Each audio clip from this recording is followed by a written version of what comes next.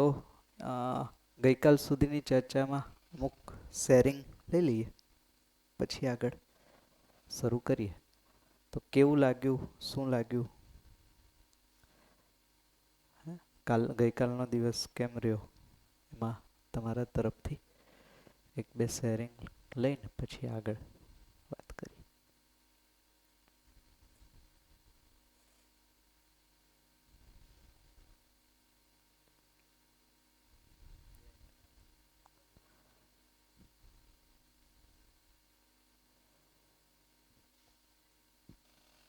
જે તમને ધ્યાન ગયું હોય એ વસ્તુ તમે કહી શકો.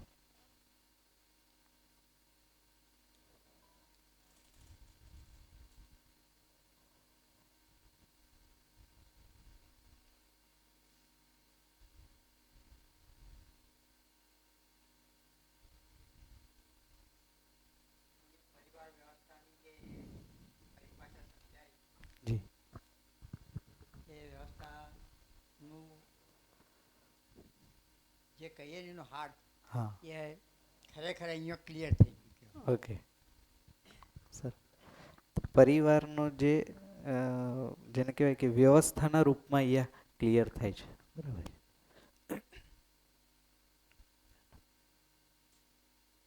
બીજું કંઈ જ્યાં ધ્યાન ગયું હોય આપણું? સંબંધ શું છે ને એ અહીંયાથી આમ સ્પષ્ટ રીતે જાણવા મળે છે કે જે પૂર્ણતાના અર્થમાં અનુબંધન એટલે જોડાણ, એટલે આપણે કોઈ પણ વ્યક્તિ સાથે જોડાણ થાય છે, એક જાતનો સંબંધ થાય છે. સંબંધ અલગ વસ્તુ છે અને પરિવાર અલગ, વ્યવસ્થા અલગ વસ્તુ છે. પરિવારની અંદર આપણા માતા પિતા, ભાઈ બહેન, ગુરુ શિષ્ય, મિત્રો, એ બધાનું બેઝિક ફંડામેન્ટલ છે કે આ એ પરિવાર સિવાય એની એક વ્યાખ્યા છે, બરાબર. અને એનાથી આપણા જે અનેક બીજા સંબંધો થાય, દાદા દાદી થાય, કાકા કાકી થાય, એ લોકો સાથે જોડાણ કઈ રીતે રાખવું અને એમાંથી ઉત્તમ સુખમાં કઈ રીતે પ્રાપ્તિ કરવી, એના માટેનું આ એક ચક્ર વ્યવસ્થા બતાવી છે, જે ઘણી સારી. ખૂબ સરસ. સામાન્ય જે આપણી કલ્પનાઓ છે અથવા બચપનથી આપણે સાંભળતા આવ્યા કે અત્યારે કળિયુગ ચાલે છે અને કળિયુગ પછી સતયુગ આવશે જ, તો આ કલ્પનાથી તો દેખાઈ જ રહ્યું છે કે સતયુગ આવી રહ્યો.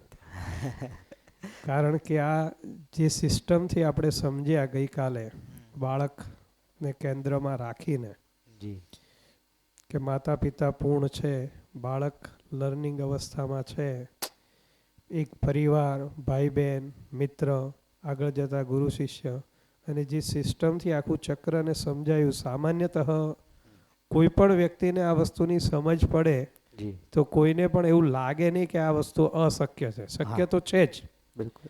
પણ વર્તમાન પરિસ્થિતિને ધ્યાનમાં લઈને જો વિચારો કરે છે તો ક્યાંક ક્યાંક મનમાં જે શંકાઓ ઊભી થાય. કારણ કે આપણે જે 4.5 અવસ્થામાંની વાત કરી કે જે હાલ જીવી રહ્યા છે, એમાંથી બહાર નીકળીને આમાં આવવું, આ જે પરિસ્થિતિ છે આટલી ગેપ કાઢવાની છે. આ ગેપ જ્યારે નીકળી જશે ત્યારે તો કોઈ પ્રશ્ન જ નથી.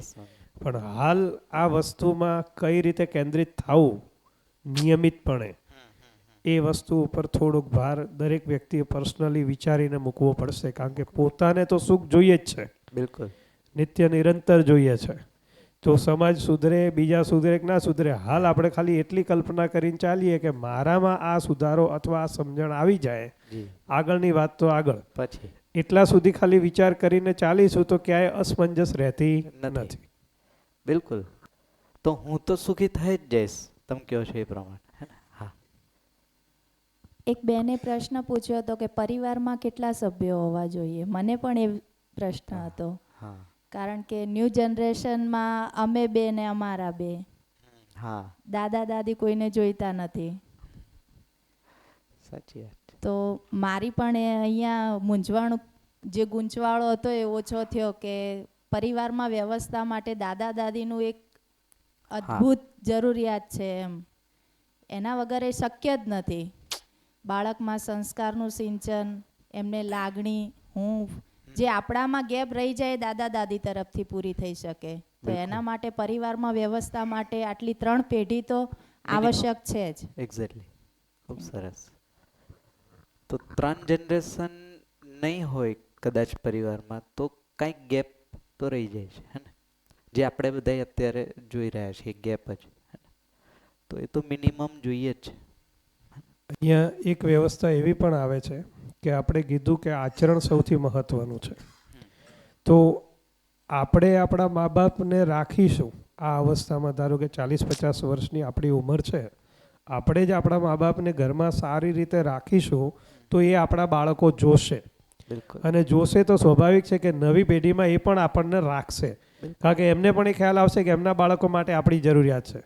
તો આપણે જ આપણા બાળકોના મનમાં એવો ભાવ ભરી દીધેલો છે કે મારા મા બાપે મને સ્વચ્છંદા નથી આપી, છૂટ નથી આપી, મારા મા બાપના કારણે મારો ફલીભૂત નથી થયું. એ કદાચ દીકરો ના કહેતો હોય પણ વહુ, હા, કારણ કે આયા પછી એને ઘરમાં પરિવારમાં થોડી સમસ્યાઓ આવી હોય, કારણ કે નવા ઘરથી આવી જે સ્વભાવ મેચ ના થતો હોય. કોઈ મા બાપ દીકરાને દુઃખી કરવા માગતા જ ના હોય, સ્વાભાવિક છે. બિલકુલ. આમાં તો માનવને દુઃખી કરવા ના માગતો હોય, સમજણની વાત. પણ હા. હાલ વર્તમાન પરિસ્થિતિની જ વાત કરીએ એક્ઝેક્ટલી. તો કોઈ મા બાપ પોતાના દીકરાને દુઃખી કરવા માગતો ના હોય. બિલકુલ. હવે દીકરાની વહુને કેવી રીતે દુઃખી કરવા માગે? સ્વાભાવિક છે કે દીકરાની વહુ દુઃખી થશે તો દીકરો દુઃખી થવાનો જ છે, એટલે એ પણ માગતા નથી. હા, પણ કાં તો સમજણ ઓછી, હા. કાં તો સ્વભાવની એક મર્યાદા, બે શબ્દો એમનાથી બોલાઈ જાય છે, કારણ કે જૂનવાણી વિચારસરણી એમની સિસ્ટમથી જીવ્યા છે, Exactly. અને આ નવી સિસ્ટમ આવી. દર 25 વર્ષે જીવનશૈલી બદલાય છે, એ એમાં સેટ ન થઈ શક્યા, આપણે એમાં સેટ થવાનું છે. જો આપણે એમાં સેટ થઈએ છીએ તો એમને તો અનુકૂળતા છે જ, છે જ. કારણ કે જ્યારે 60-70 વર્ષ ઉપરની ઉંમર થાય ત્યારે એમને શું જોઈએ છે? થોડુંક માન સન્માન જોઈએ છે અને 2 ટાઈમ રોટી જોઈએ છે, બીજું એમને કશું જોઈતું જ નથી, તમારી હૂંફ જોઈએ છે. બરાબર. બરાબર.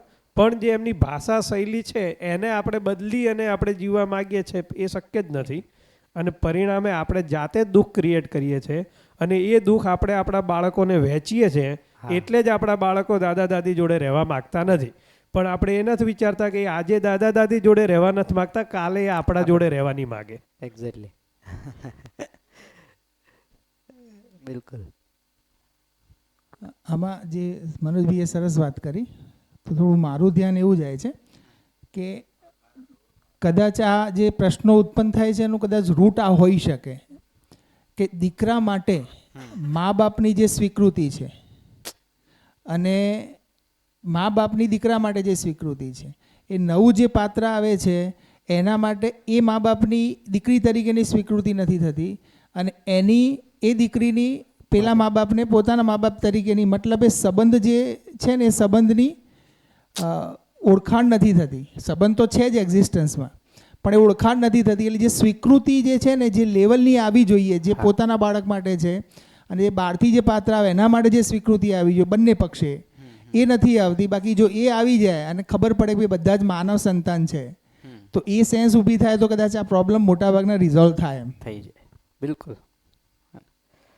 બસ સ્ટ્રક્ચર તો છે જ, તમે કીધું એમ, ખાલી એ વસ્તુ, એ સંબંધની સમજ અથવા તો ઓળખ નથી થતી, એટલે અત્યારે પ્રોબ્લેમ થાય છે કે સ્વીકૃતિનો અભાવ જેને કહે છે.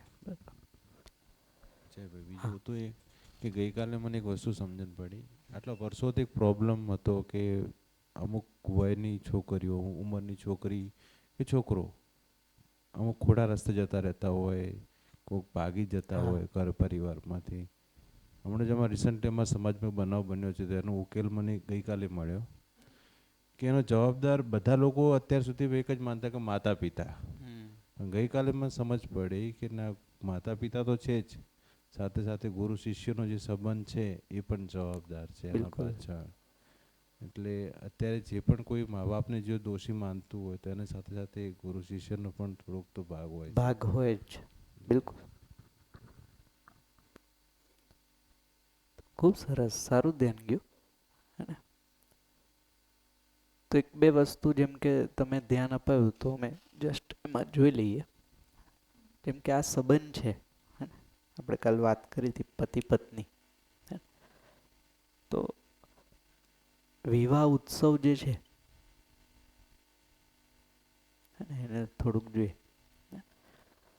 તો વિવાહ ઉત્સવ કરીએ છીએ આપણે, હે ને, જેમાં આપણે આપણા કુટુંબીજનો, પરિવારજનોને આમંત્રિત કરીએ, સમાજને આમંત્રિત કરીએ.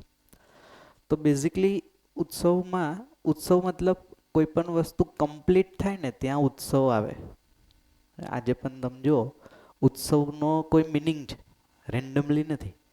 કોઈ કમ્પ્લીશનનો ઉત્સવ મનાવે માણસ, હે ને. જેમ કે આદિકાળમાં તમે જુઓ જ્યારે માનવ ગુફામાં રહેતો તો જેમ કે શિકાર કરીને આવે ને તો ઉત્સવ મનાવે. ઇટ મીન્સ ભોજનનું થઈ ગયું એમ, કમ્પ્લીટનેસ. અને પછી ખેતી કરતા હોય તો પાક આવે ને તો એનો ઉત્સવ મનાવે, વૈશાખી છે ને. એ જ રીતના બાળકનો જન્મ થાય તો ઉત્સવ બનાવે, જન્મોત્સવ, હે ને. આ રીતના ઘણા બધા ઉત્સવ પરંપરામાં છે. હા, પછી હા, આપણે પાઠોત્સવ. આપણા ત્યાં 16 સંસ્કારની પરંપરા હતી, જી, ગર્ભ સંસ્કારથી માંડીને મૃત્યુ સુધીના. મૃત્યુ સુધી. અને આ 16 સંસ્કારની જે વિધિ હતી એ આ નિરંતર સુખ માટેની જ હતી, જે આપણા અત્યારના જનરેશનમાં એપ્લાય થતી નથી. બિલકુલ. ઇવન લગ્નનો ઉત્સવ તો થાય છે, પણ એ ઉત્સવમાં જે સમજાવવામાં આવે છે, જે એનું વિધિ વિધાન છે, એને ફોલોઅપ નથી થતું. કારણ કે આપણા તરફથી એ નથી થતું અને બ્રાહ્મણો તરફથી એ નથી થતું. બ્રાહ્મણો તો ઘણીવાર કહે છે કે અમારી વિધિ 3.5 કલાકની છે અને આ 3.5 કલાકમાં અમને કોઈ ડિસ્ટર્બ ના કરે તો અમે વિધિ સારી રીતે કરી શકીએ. હવે આપણે ફોટોગ્રાફી લેવી છે, આપણે બ્યુટી પાર્લર કરવું છે, આપણે આ કરવું છે, તે કરવું છે, બીજા બધા ડિસ્ટર્બન્સ કરવા છે. એટલે બ્રાહ્મણોએ સમજી ગયા કે આપણું કામ તો પૈસા લેવાનું છે, તો એ 3.5 કલાક વાળું 2.5 કલાક, 1.5 કલાક, 2 કલાકમાં એ પૂરું કરવા માંડ્યા. પહેલાં એવું હતું કે એક બ્રાહ્મણ એક દિવસમાં એક જ લગ્નનો ઓર્ડર લેતો, હવે એ પણ એક દિવસમાં 3 લગ્નના ઓર્ડર લઈ લે છે. જેમ રસોઈયો પણ એક લગ્નનો લેતો, એ પણ 4 લગ્નના લઈ લે છે. એટલે સિસ્ટમ આખી ચેન્જ થઈ ગઈ. પરિણામ સ્વરૂપ આપણે કહી શકીએ કે ઉત્સવનો જે ભાવ હતો એ પણ નથી રહ્યો.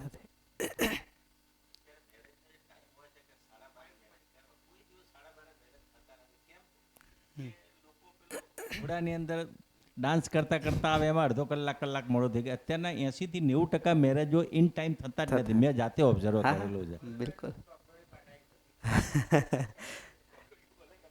ખાલી પેલું કંકોત્રીમાં લખવાનો સમય હોય. હા, બરાબર. તો વિવાહ ઉત્સવ જ્યારે કહીએ છીએ તો વિવાહ ઉત્સવનો મતલબ છે કે બે વ્યક્તિ પૂર્ણ થયા, હે ને. પતિ અને પત્ની સંબંધમાં જે જોડા જઈ રહ્યા છે એ બે વ્યક્તિ પૂર્ણ થયા. આ પૂર્ણતાના અર્થમાં એક ઉત્સવ મનાવે છે સમાજ. બેઝિકલી આ ઉત્સવ સામાજિક છે, હે ને. પારિવારિક તો નથી, એટલે પારિવારિક તો છે જ, સામાજિક કહીએ ત્યારે, બટ મૂળતઃ આ વસ્તુ સામાજિક છે. તો ઉત્સવનો હેતુ શું છે? તો પતિ પત્ની પરિવારની સાક્ષીમાં અને સમાજની સાક્ષીમાં ઘોષણા કરે છે કે અમે આવનારી પેઢીની જવાબદારી લેવા માટે સક્ષમ છે, એમાં તમારા સહયોગની આવશ્યકતા છે. આ ઘોષણા છે આ ઉત્સવમાં, હે ને. અને સમાજ અને પરિવાર એ ઘોષણાને સ્વીકારીને, જેને આપણે સામાન્ય ભાષામાં કહીએ તો આશીર્વાદ આપે છે, એટલે સહયોગ આપે છે કે તમારી આ યાત્રામાં અમે બધાય તમારી સાથે છે. એ સાથે હોવાનું પ્રમાણ આ ઉત્સવમાં બધા સામેલ થાય.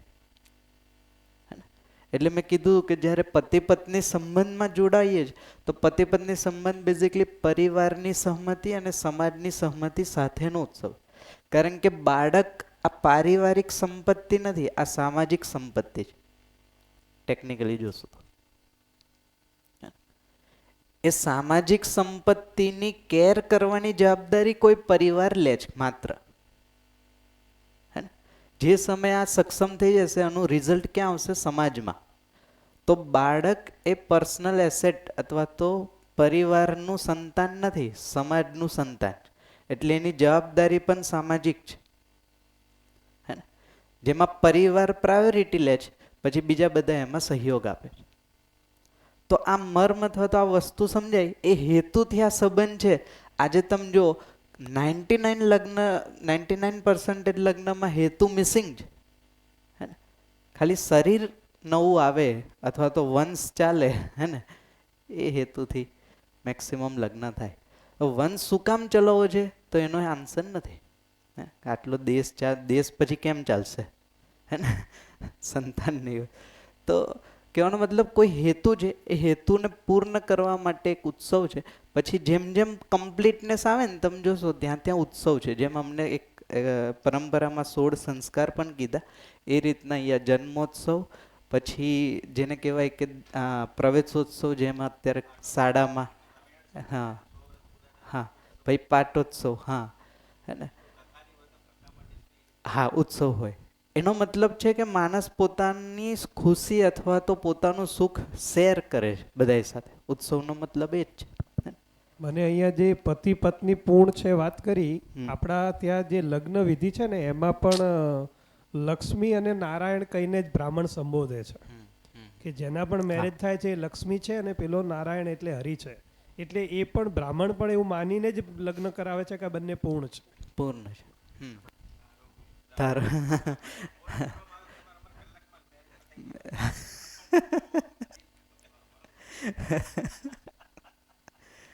હવે તો પેલા ફોટોગ્રાફર્સની અનુમતિ પ્રમાણે મેરેજ ચાલે હે ને. રીલ એ કે તમ મહારાજ તમે ઉભા રહો 2 મિનિટ, તો મહારાજ ઉભા રહે એમ. હા બસ, કારણ કે પછી એ જે મેમરીઝ છે પછી નહીં આવે એવું માને છે હે ને. હવે એકવાર એ આવી ગયા ત્યાર પછી શું કરીએ છીએ એનો તો કોઈ મતલબ પછી તો કોઈ એકવાર આલ્બમ બની ગયા પછી ક્યાં જોઈએ, એક જ વાર જોઈએ માને પછી તે પડ્યું હોય હે ને.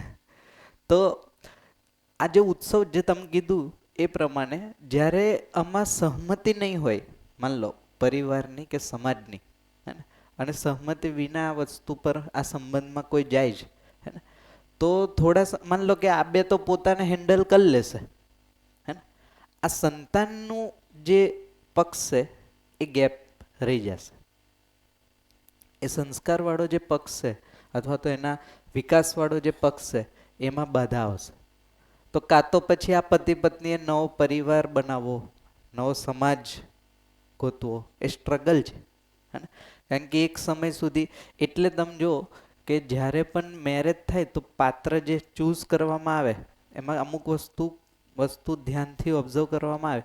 એક તો ભૌગોલિક પરિસ્થિતિ પણ મેટર કરે હે ને. એટલે ફોર એક્ઝામ્પલ સમજવા માટે કોઈ ઇન્ડિયાનો પુરુષ છે તો અમેરિકાની સ્ત્રી સાથે લગ્ન ન કરી શકે હે ને. હવે કારણ કે ત્યાંની ભૌગોલિક સ્થિતિ પરિસ્થિતિમાં જે એનો શરીરનો ઉછેર થયો છે એ અલગ વસ્તુ છે. અહીંયા જે ભૌગોલિક સ્થિતિ પરિસ્થિતિમાં શરીરનો ઉછેર થયો છે અલગ વસ્તુ છે. માન લો કે મેરેજ કરીને અહીંયા આવે તો એના શરીરને આ ભૌગોલિક સ્થિતિમાં ઢળવામાં જ અમુક વર્ષો લાગી જશે. ત્યાં સુધી બાળકની કેર કોણ કરશે? તો નેચરલ વસ્તુ છે જે ભૌગોલિક સ્થિતિ પરિસ્થિતિમાં બે શરીર જ્યાં ગ્રો થયા હોય એ ભૌગોલિક સ્થિતિ પરિસ્થિતિની રેફરન્સથી જ આમાં પાત્ર પણ નક્કી થાય, કોઈ પણ પતિ કે પત્ની, પ્લસ સાથે સાથે એના સમજદારીના આસ્પેક્ટ. તો આ રીતના એક વિવાહ ઉત્સવ કમ્પ્લીટ થાય. આ કમ્પ્લીટનેસનો એક ઉત્સવ છે પ્રમાણિત થવા માટે. હા, વિવેકપૂર્વક નિર્વાહ અહીંયા જ્યારે કહીએ છીએ.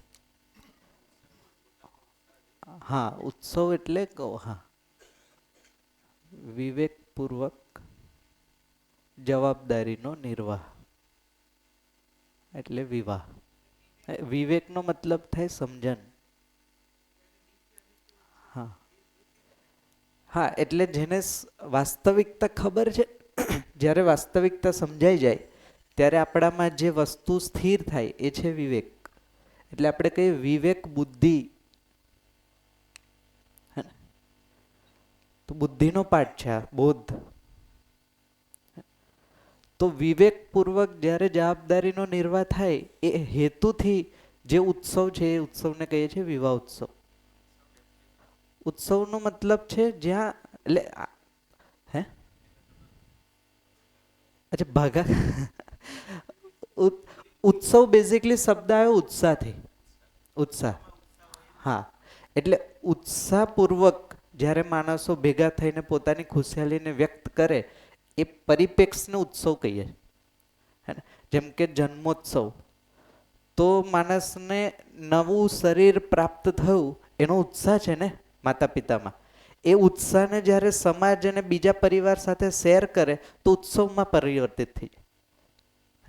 તો ઉત્સાહને વ્યક્ત કરવા માટેનું જે મિકેનિઝમ બનાવ્યું માણસે એ છે ઉત્સવ. તો ઉત્સાહ બેઝિકલી એક્સાઇટમેન્ટ નથી હે ને, ખુશિયાલી છે. ટેકનિકલી કહીએ તો સુખનો એક એક્સપ્રેશન થઈ ગયો ખુશી. એટલે ઉત્સવ હંમેશા પૂર્ણતાના અર્થમાં છે. ટેમ્પરરી નથી હોતો. એટલે જે સમયે માનવ સમજદાર થઈ જાય એ સમયથી નિત્ય ઉત્સવ છે, હે ને?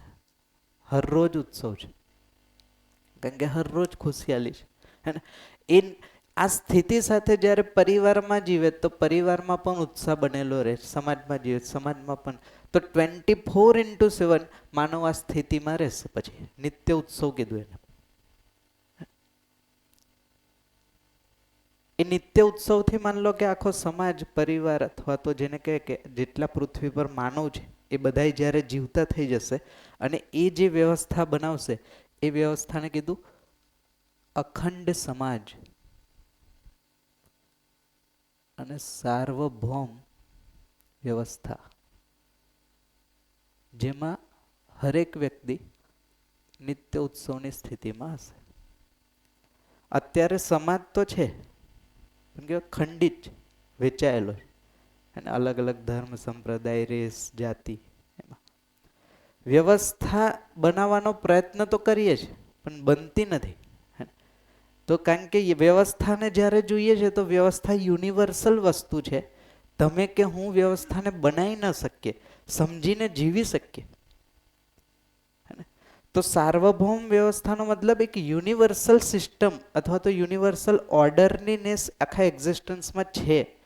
તો એ ઓર્ડરનીનેસ જો માણસ સમજી જશે તો એ ઓર્ડરમાં એ જીવતો થઈ જશે અને આખા ધરતી પર જે વ્યવસ્થા હશે એ સાર્વભૌમ વ્યવસ્થા હશે.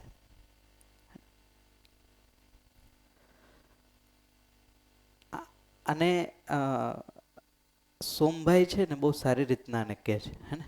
એ મને યાદ આવ્યું અત્યારે. ઉત્સવને ડિફાઇન કરે કે આખું અસ્તિત્વ એક વ્યવસ્થામાં છે, હે ને? અને અસ્તિત્વ ચાલી રહ્યું નિત્ય નિત્ય વ્યવસ્થામાં અસ્તિત્વ છે.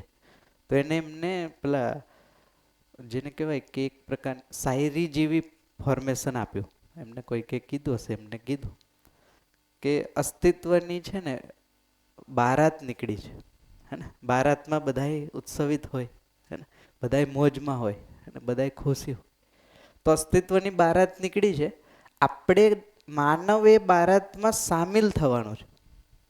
માત્ર સામેલ થવા માત્રથી આપણે પણ એ બારાતનો પાર્ટ થઈ જશું, એટલે આપણે પણ ખુશી થઈ સુખી થઈ જશું. જો આપણે પોતાની બારાત નીકાળશું તો આપણો જનાજો ઉઠશે એ પણ નક્કી છે. એનો મતલબ કે વ્યવસ્થા ઓલરેડી છે. જો આપણે આપણી માન્યતા પ્રમાણે વ્યવસ્થા બનાવવા જશું તો દુઃખી થશું એ નિશ્ચિત છે. તો આ વસ્તુ જ્યારે વ્યવસ્થાના રૂપમાં સમજાય છે, એટલે કે સંબંધ સમજાય છે, પરિવાર સમજાય છે અને એમાં આપણે જીવવાનો પ્રયત્ન કરીએ તો જીવતા જીવતા આઉટપુટ જે આવશે આખા ધરતી પર એ આવશે અખંડ સમાજ, સાર્વભૌમ વ્યવસ્થા. આ અંતિમ રિઝલ્ટ કોઈ એક ધરતી પર બનશે. જી, તમે જે સોમત્યાગી ભૈયાની વાત કરી, હા, એમાં જે પાછળનું સ્ટેટમેન્ટ વાપર્યું કે આપણે આપણી બારાત નીકળવા જઈશું તો એ હા. જનાજો, નીકળશે. એ વર્તમાન પરિસ્થિતિને લક્ષમાં લઈને જ વાત હા, છે ને? એને લક્ષમાં લઈને, કારણ કે એટલે અત્યારે માણસ એ જ કરે. હા, અત્યારે આપણે પૂર્ણ નથી હમ. પણ અસ્તિત્વ તો પૂર્ણ છે જ. પૂર્ણ છે જ, પરિણામ સ્વરૂપ આપણે એમાં જોડાવાનું છે. જોડાવાનું. આપણે પૂર્ણ છે એમ કરીને બારાત નીકાળવાની નથી, હા. નહીંતર લોકો આપણો જનાજો જ કાઢશે.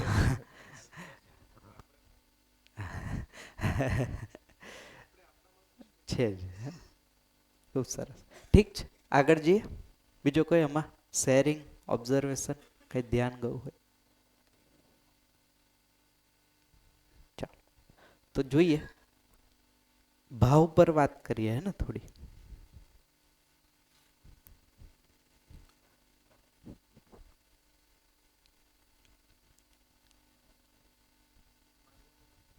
હે? હા, એક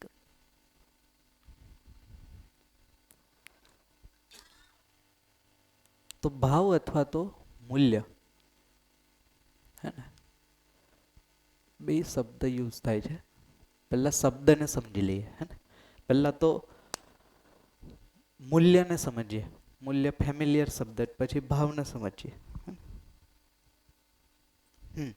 તો અત્યારે મૂલ્ય આપણે કોને સમજીએ છીએ પહેલા એને ચર્ચામાં લઈ લઈએ, હે ને? જેમ કે ફોર એક્ઝામ્પલ, આ પેનનું મૂલ્ય શું હશે? આશરે અથવા તો અપ્રોક્સિમેટલી 10 રૂપિયા, હે ને? આ કેમેરાનું મૂલ્ય શું હશે? 5000, હે ને? પેટ્રોલનું મૂલ્ય 100 રૂપિયા, હે ને? તો મૂલ્ય શું છે એને થોડું સમજીએ. અત્યારે આપણે જેને કહીએ છીએ એ બેઝિકલી એની પ્રાઇસ છે, કોસ્ટ. મૂલ્ય અલગ વસ્તુ છે, હે ને? મૂલ્યનો મતલબ કે વસ્તુ જે હેતુ માટે છે એ હેતુ એટલે એનો મૂલ્ય, હે ને? જેમ કે આ પેનનું મૂલ્ય છે આનાથી લખી શકાય, તો એની ઉપયોગિતા એનું મૂલ્ય થઈ ગયું. કેમેરાનું મૂલ્ય શું થયું? કે એનાથી રેકોર્ડિંગ થઈ શકે, આ એનું મૂલ્ય થયું, હે ને? અને પેટ્રોલનું મૂલ્ય શું થઈ ગયું? એનાથી ગાડી ચાલે છે અત્યારે, તો ફ્યુલ બેઝિકલી. તો જે વસ્તુ જે પર્પઝ અથવા તો જે ઉપયોગિતા માટે આવે છે એ ઉપયોગિતા એ વસ્તુનું મૂલ્ય થયું. આપણે જે મૂલ્ય અત્યારે કહીએ છીએ એ બેઝિકલી કોસ્ટ છે, હે ને? અથવા તો એને શ્રમ મૂલ્ય કહી શકો તમે. જેમ કે સામાન્ય ઉદાહરણ લઈએ, માન લો કે 100 રૂપિયા જે કોસ્ટ આવી, તો 100 રૂપિયામાં એક્ઝેક્ટલી પેટ્રોલનું મૂલ્ય કેટલું હશે? 22 રૂપિયા. શું કાઢ્યું આપણે? લેબર કોસ્ટ કાઢી, હે ને? તો 22 રૂપિયામાં હજી કઈ ઓછું થશે? 22 રૂપિયામાં પેટ્રોલનું કેટલું હશે એક્ઝેક્ટ?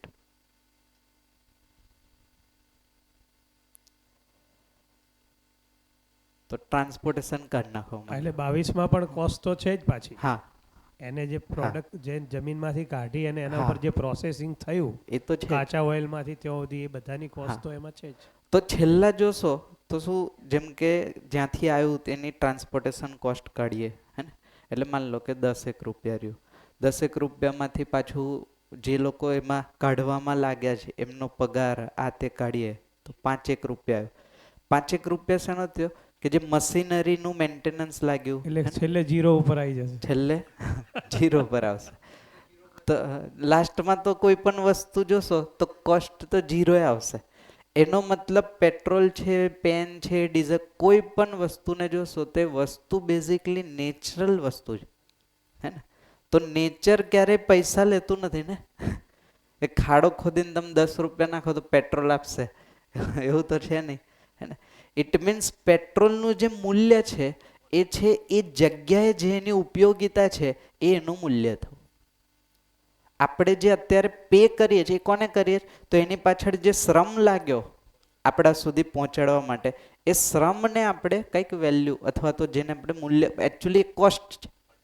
હા, તે કોસ્ટિંગ આપણે એ વ્યક્તિને આપીએ છીએ કે જેને એની પાછળ સમય આપ્યો, મહેનત કરી, શ્રમ કર્યું, એનું આપણે વળતર આપીએ છીએ. બાકી પેટ્રોલનું મૂલ્ય શું થશે? કે જે એનો અસ્તિત્વમાં ઉપયોગ છે.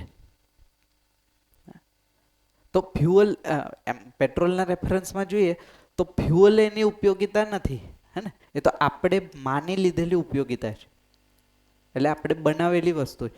અસ્તિત્વમાં એની ઉપયોગિતા છે લ્યુબ્રિકન્ટ, પેલા લેયરની વચ્ચે ઘસારો ન લાગે એની માટે રહેલું ખનિજ તેલ એટલે કે લિક્વિડ, હે ને?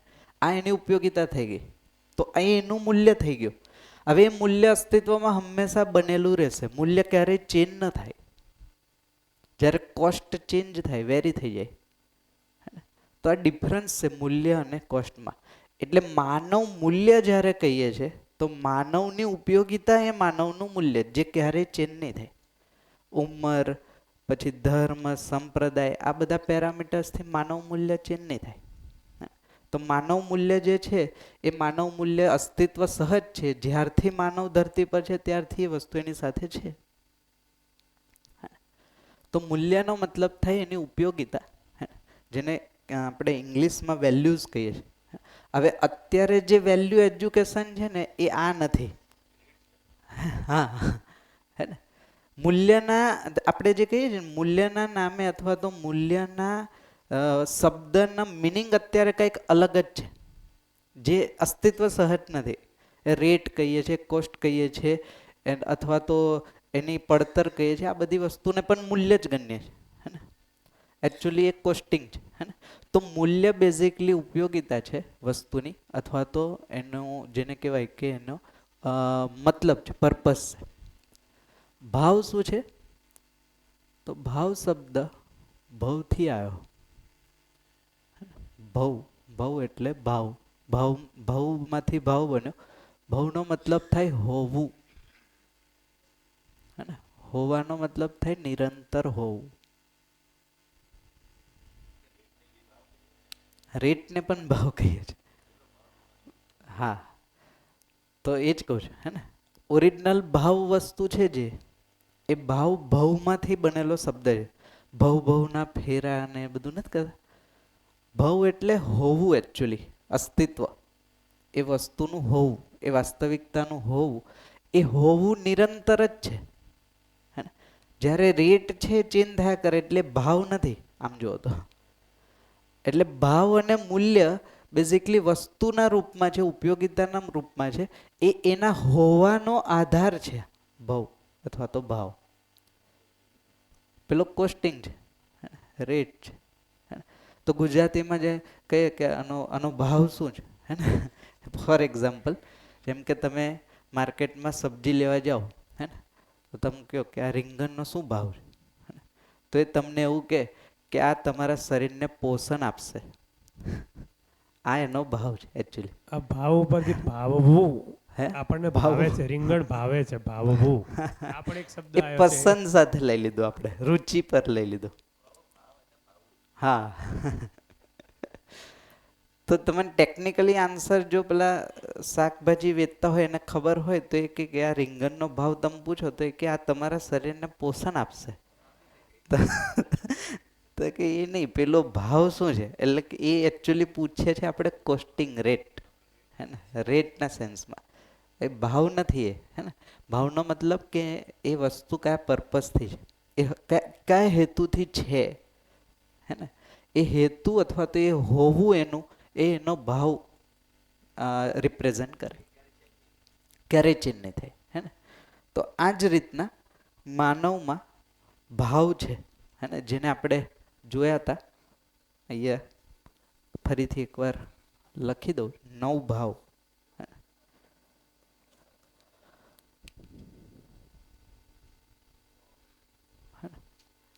9 ભાવમાં એક છે વિશ્વાસ, સન્માન, સ્નેહ,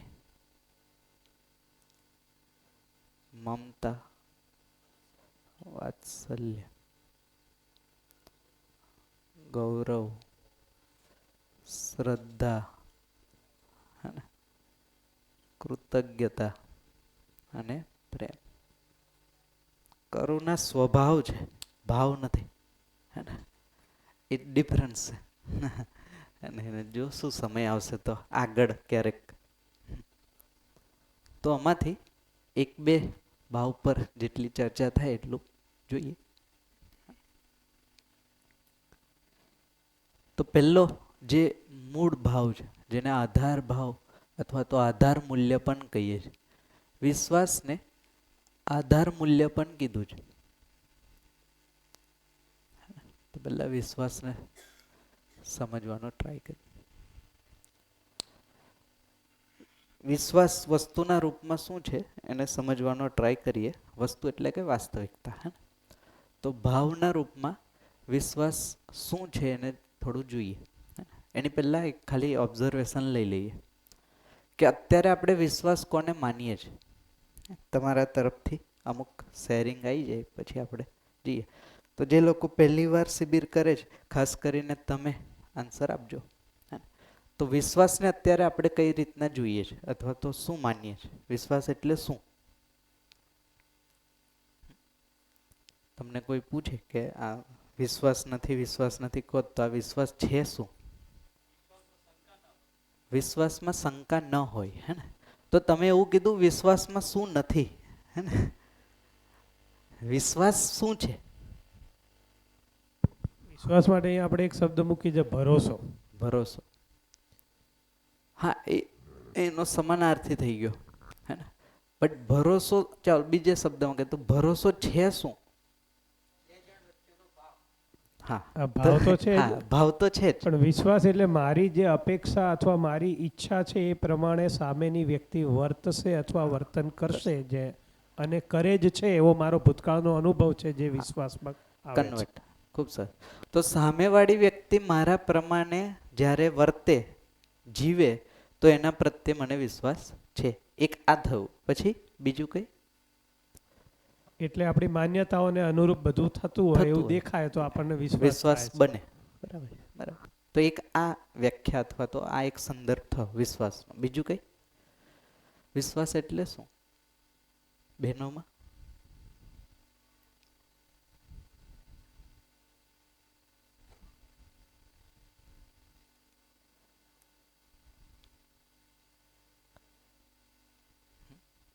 અત્યારે તમે વિશ્વાસને કઈ રીતના જુઓ છો? જો આમાં અગેન સાચું ખોટું ન હોય એટલે તમે કહી શકો ખુલે.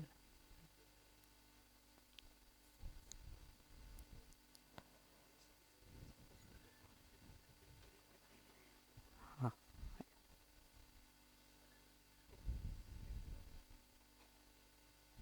વિશ્વાસ વસ્તુ એ છે કે આપણે કોઈ બીજા વ્યક્તિને હું કહીશ તો પણ કોઈ પણ વસ્તુનું એ ખોટું નહીં. નહીં લગાડે એટલો મને તેના ઉપર વિશ્વાસ છે. ખૂબ સરસ. તો આ બીજો સંદર્ભ થયો હે ને. તો વિશ્વાસને આપણે જ્યારે જોઈએ તો કોઈ વ્યક્તિને આપણે કંઈક વસ્તુ શેર કરીએ તો એ એઝ ઇટ ઇઝ લેશે, એનો અનર્થ નહીં લે એટલે ખોટું નહીં લાગે હે ને. આ બીજો સંદર્ભ થયો ને.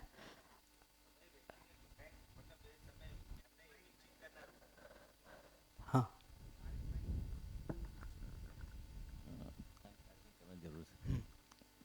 તમે સામેવાળી વ્યક્તિ દાખલા તરીકે તમે આવ્યા જયભાઈ, તો મને વિશ્વાસ છે કે મને તમારામાંથી કંઈક જાણવા મળશે. એટલે એ જે માણસ પોતાની અંદર વિચાર કરે છે કે મને અહીંયાથી કંઈક નવું જાણવા મળશે અથવા એ જે કહેશે મારા માટે સારું હશે અથવા હું જે માનું છું એ સારી રીતે મને સમજાઈ શકશે, એ બધી જે પરિભાષાની સંદર્ભમાં એના ઉપર જે વિશ્વાસ મૂકે છે એ વિશ્વાસ હોઈ શકે. એ વિશ્વાસ. હા એટલે એમને જેમ કે આ સંદર્ભ તમારો એક રીતના એવો છે કે જે પણ મારી ઈચ્છાઓ છે, અપેક્ષાઓ છે, જે મારી સ્થિતિ છે એ પ્રમાણે જો સામેથી મને એ વસ્તુ પ્રાપ્ત થાય છે હે ને, એ પછી જ્ઞાન હોય, વસ્તુ હોય કોઈ પણ, તો મને એ વિશ્વાસ બને છે હે ને, અથવા તો મૂકીએ છે. બરાબર. હવે વિશ્વાસ હંમેશા હોય કે ક્યારેક ક્યારેક હોય? પાછળમાં ખબર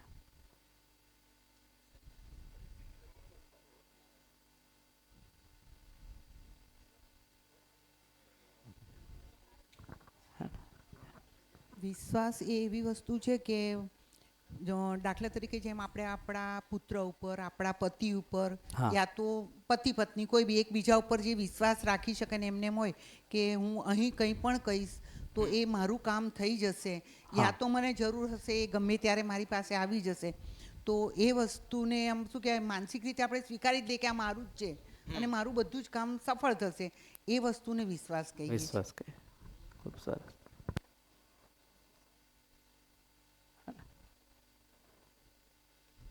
જી એમ કહી શકાય કે વ્યક્તિ અથવા એ વ્યક્તિના ભાવ પ્રત્યેની સ્વીકૃતિને આપણે વિશ્વાસ કહીએ. એ વ્યક્તિની સ્વીકૃતિ એ આપણામાં વિશ્વાસ બનાવે અથવા તો એ ભાવ આપે. બરાબર છે. એ આપણ સંદર્ભને લઈ શકીએ. હે ને. હવે મેં એક સંદર્ભ લઉં હે ને. વિશ્વાસ હંમેશા જોઈએ કે ક્યારેક ક્યારેક જોઈએ? હંમેશા. અત્યારે આપણી જેટલી ડેફિનેશન છે એમાં વિશ્વાસ હંમેશા મળશે, ક્યારેક ક્યારેક મળશે? ક્યારેક. હે ને. તો અત્યારે જેને વિશ્વાસ કહીએ છીએ એ શું છે? વિશ્વાસ જેવું કંઈક છે હે ને. વિશ્વાસની અપેક્ષામાં જે થઈ રહ્યું છે એને જ વિશ્વાસ કહીએ છીએ. હા. હવે નથી થતું ત્યારે આપણે શું કરીએ? ડેક ડેક ત્યારે અંદરથી હલી જાય છે. એનો મતલબ કે હતો જ નહીં એટલે હલી ગયું. હા. તો એને આસ્થા કહીએ છીએ, એ વિશ્વાસ નથી. સારી રીતના શબ્દ આપવો હોય તો એ આસ્થા છે, વિશ્વાસ બાકી છે. આસ્થાનો મતલબ મેં માની લીધું છે કે આ વિશ્વાસ છે. હા બટ એ વિશ્વાસ છે નહીં, તો આસ્થા છે. તો અત્યારે આપણે વાત કરી સંબંધમાં આસ્થા છે. મારા પતિ આમ કરશે, પત્ની આમ કરશે, બાળક આમ કરશે, જેના આધારે હું વિશ્વાસ મેળવવાનો પ્રયત્ન કરું છું. તો એક આસ્થાથી ચાલે છે, જેને આપણે ભરોસો કે વિશ્વાસ અત્યારે કહીએ વર્તમાન સ્થિતિમાં. હવે જો બીજી એક ઓબ્ઝર્વેશન લઈ લઈએ, હે ને. જેમ કે હું તમને એમ કહું કે કાર એક શબ્દ છે, હે ને. શબ્દથી વસ્તુ સુધી પહોંચવાનો ટ્રાય કરીએ, હે ને. માન લો આ કાર એક શબ્દ છે, તો જે વ્યક્તિ આ કાર શબ્દ સાંભળ્યો હશે એનો અર્થ હશે તો તમારા માઇન્ડમાં કારનું ચિત્ર બનશે, સ્વાભાવિક વસ્તુ. મેં તમને એમ કહું કે વિશ્વાસ, તો શું ચિત્ર આવે ચિત્રણમાં? વિશ્વાસ શબ્દથી શું ચિત્ર આવે છે? હે, ચિત્રણ જ નથી થતું. કાર સ્થૂળ રૂપે દેખાય છે એટલે એનું ચિત્રણ બને છે કે જે આંખોથી દેખાયું છે. વિશ્વાસ આંખોથી એવું ચિત્રણ કઈ રીતે કરવું, કલ્પનામાં આવતું નહીં. તમે એવું જો, ચિત્રણ સ્વાદનું પણ થાય ને, જેમ કે ખાટો, તીખો, મોળો, હે ને. આ ક્યાં આપણે જોઈએ છે કે નહીં? તમે એવું કહો છો આ ખાટું છે, કોઈ વસ્તુને ટેસ્ટ કરો ને એવું કહો આ ખાટું છે, તો ખાટું ક્યાંથી આવ્યું રેફરન્સ? ચિત્રણમાં છે ને, તો તમારા સ્ટોર. તો જે દેખાય છે એનું જ ચિત્રણ નથી ને, જે સંભળાય છે એનું પણ ચિત્રણ છે, જે જોવાય છે એનું પણ ચિત્રણ છે. એટલે આપણે પાંચે પાંચ ઇન્દ્રિયોની જે વાત થઈ એ પાંચેનું ચિત્રણ છે. પાંચેથી ચિત્ર બને. તો વિશ્વાસનું ચિત્ર હોવું જ જોઈએ ને. જો વાસ્તવિકતા છે તો એનું કોઈ ચિત્રણ છે, હે ને. તો અત્યારે વિશ્વાસનું ચિત્રણ શું બને છે? વિશ્વાસ શબ્દ સાંભળવાથી તમારામાં શું આવે છે? હા, મે બી એવું બને કોઈકનામાં, હા માઇક, કોઈકનામાં કોઈ ઘટના આવે, ઘટના ધ્યાનમાં આવે, હે ને. કોઈકમાં વ્યક્તિ ધ્યાનમાં આવે. હા, વિશ્વાસ શબ્દ જ્યારે આવે ને મગજમાં કે કાને સંભળાય ત્યારે જે માણસ આપણને પહેલું યાદ આવે ને વિશ્વાસ. હા, તો વ્યક્તિનું ચિત્ર આવ્યું કે જેના પર આપણે ભરોસો કરીએ છીએ, અથવા તો આપણને એવું લાગે છે કે આ વિશ્વાસપાત્ર વ્યક્તિ છે. તો વિશ્વાસ સાંભળવાથી અથવા તો અત્યારે વિશ્વાસ શબ્દથી કાં તો કોઈ વ્યક્તિ આવશે, કાં તો પછી કોઈ ઇન્સિડન્ટ, એટલે વ્યક્તિ, વસ્તુ અને પરિસ્થિતિ ત્રણેય આવી. હા, તો એવું કંઈક આવશે. એનો મતલબ, અને એ પાછું બધામાં સમાન આવશે કે અલગ અલગ આવશે? અલગ અલગ આવશે. એનો મતલબ મૂળ વસ્તુના રૂપમાં જે ચિત્રણ હોવું જોઈએ ભાવનું, એ ચિત્રણ હજી બન્યું નથી. તો ભાવનું એ રીતના સ્ટ્રક્ચર, તમે કહો છો સ્ટ્રક્ચરલ ચિત્ર ના હોય, બટ એ વસ્તુની ફિલિંગ તો હોય. ફિલિંગ એટલે જેમ મેં કીધું કે જેમ કે ખાટો વસ્તુ છે તો એનું ચિત્રણ છે, એનો મતલબ ક્યાંક એનું ફિલિંગ છે અંદર સ્ટોર થયેલી. એ રીતના ભાવનું પણ એક ચિત્રણ બને, હે ને, જ્યારે એ વસ્તુ સમજાઈ જાય. હવે જોઈએ, થોડું વિશ્વાસને ક્લિયર કરીએ. બીજો એક સંદર્ભ લઈએ કે વિશ્વાસ આપણે જેને જાણતા હોય એના પર જ આવે કે કોઈના પર પણ આવી જાય? હે, વિશ્વાસ કોના પર હોય? જેને આપણે જાણીએ એના પર કે અજાણતા વ્યક્તિ પર પણ હોય? જાણતા હોય એના પર. એક ચેક પોઈન્ટ લઈએ.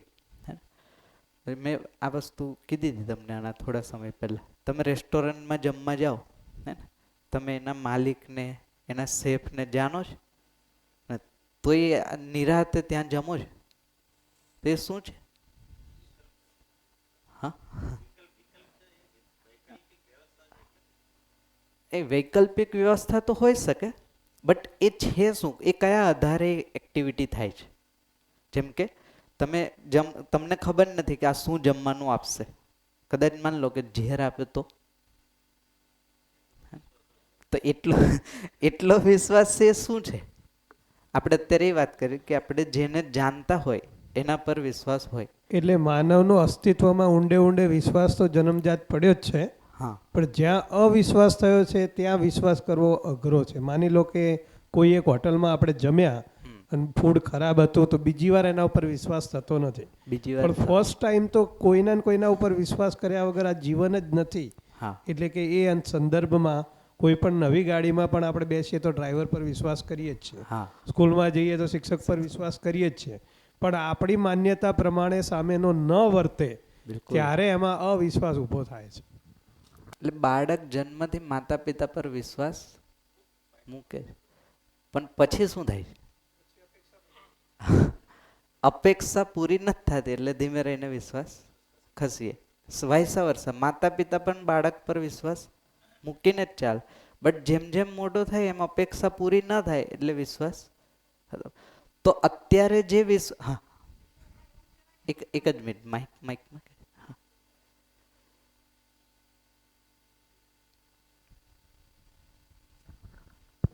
એવું કહી શકાય કે આપણે આપણી જરૂરિયાત પ્રમાણે પાત્રતા ઉપર વિશ્વાસ કરીએ છીએ. હા, અત્યારે એવું કરીએ છે નહીં. અહીંયાથી એવું નથી કહેવાતું કે એ વિશ્વાસ છે, હે ને?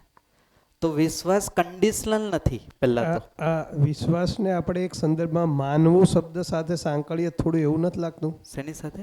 માનવું. હા, તો અત્યારે તો માનીને જ ચાલીએ છે અત્યારે હાલમાં, બટ એ વિશ્વાસ નથી. મેં એના પર જ આવીએ છીએ આપણે. અત્યારે જેને પણ આપણે વિશ્વાસ માનીએ છીએ અથવા તો જેના પર પણ વિશ્વાસ કરીએ છીએ એ તમે જોશો કોઈ રેફરન્સના આધારે વિશ્વાસ છે, હે ને? કોઈ પણ રેફરન્સ હશે તો એ આ જ્યારે વિશ્વાસ ભાવની વાત કરીએ તો મેં શું કીધું, ભાવ એટલે હોવું જે ક્યારેય ચેન્જ નથી થતું. એનો મતલબ કે વિશ્વાસ કન્ડિશનલ નથી. કોઈ રેફરન્સ હશે તો જ વિશ્વાસ છે એવું નથી. તો એવું તો કેમ પોસિબલ થાય? દાખલા તરીકે તમે રેલવેમાં જતા હો છો, હા, પેસેન્જર આજુબાજુમાં બેઠા હો છો, હા, તમે 5 મિનિટ એકબીજાને ઓબ્ઝર્વ કરો, પછી એના પર વિશ્વાસ મૂકો કે આ બરાબર છે. હા, તમને અડધી રાત્રે એમ દેખાય છે કે તમારી બેગમાંથી ચોરીનો કોઈ પ્રયત્ન કરે છે, તો તમે એના ઉપર સંપૂર્ણ વિશ્વાસ મૂકશો અને પછી આખી રાત જાગતા રહેશો. તો આ શું છે? વિશ્વાસ છે કે ભાવ છે કે આસ્થા છે? ચાલો જોઈએ. બહુ સારી વસ્તુ. જો આ આધાર મૂલ્ય છે, આ જેટલું સ્પષ્ટ થશે. બીજી એક વાત મૂકી દઉં કે અત્યારે જેને આપણે વિશ્વાસ સમજીએ છીએ એ વિચાર કરીને થાય છે, અવિશ્વાસ તો 1 સેકન્ડમાં થઈ જાય છે. એ પણ જોડે જોઈ લેજો. હા, એટલે કહેવાનો મતલબ એ વિચારીને જ થાય છે, પણ એને કેવું છે કે આવું ન થવું તો અવિશ્વાસ. એમ જે એક્સપેક્ટેડ હતું એવું બિહેવિયર ના આવ્યું તો અવિશ્વાસ અથવા તો વિશ્વાસ તૂટી ગયો, હે ને? તો જો ભાવ હોઈ શકે, ભાવનો અભાવ છે એને આપણે અવિશ્વાસ કહીએ. એકચ્યુઅલી અવિશ્વાસ અસ્તિત્વમાં છે નહીં, અભાવ છે. અભાવનું એક્ઝિસ્ટન્સ નથી. એક્ઝિસ્ટન્સ એટલે કે અસ્તિત્વ. અભાવ, અવિશ્વાસ કહો કાં તો શંકા કહો, આ બધી વસ્તુ અસ્તિત્વમાં છે નહીં, આપણે માનેલી વસ્તુઓ છે. તો હું જેમ વિશ્વાસ માની લઉં છું એ જ રીતના અવિશ્વાસ પણ માની લઉં છું. જે રીતના 2 દિવસથી ચર્ચા કરીએ, હું જે રીતના ક્ષણિક સુખને સુખ માની લઉં છું એ રીતના દુઃખને પણ હું માની જ લઉં છું. તો હવે થોડુંક વિશ્વાસ પર ઓબ્ઝર્વેશન લઈએ. પહેલાં એની વ્યાખ્યા કરી લઈએ, હે ને? એટલે એ સ્થિર થઈ જાય. વિશ્વાસનો મતલબ થાય વિશ્વના પ્રત્યે આશ્વસ્તિ. વિશ્વનો મતલબ શું થાય? સમગ્ર સૃષ્ટિ, એને વિશ્વ, આખું વિશ્વ, 4 અવસ્થા. આશ્વસ્તિ એટલે જેમાં હું જીવું છું અને જીવીને મારામાં જે ભાવ બને છે એ ભાવ છે આશ્વસ્તિ. આશ્વસ્ત થઈ જવું એટલે હવે કોઈ ડાઉટ નથી. જેમ કે તમે માન લો કે આપણે ગાડી પ્રત્યે આશ્વસ્ત છે, તો ગાડી પ્રત્યે આશ્વસ્ત છે મતલબ શું? હવે એમાં કોઈ ડાઉટ, શંકા અથવા તો પ્રોબ્લેમને સ્થાન નથી. તો એ ક્યારે પોસિબલ થાય? જ્યારે આખી ગાડી સમજાય ત્યારે. જ્યાં ગેપ હશે, જ્યાં અધૂરુંપણ હશે, ત્યાં આશ્વસ્તિ નહીં જ આવે, ત્યાં ડાઉટ રહેશે ટેકનિકલી કે.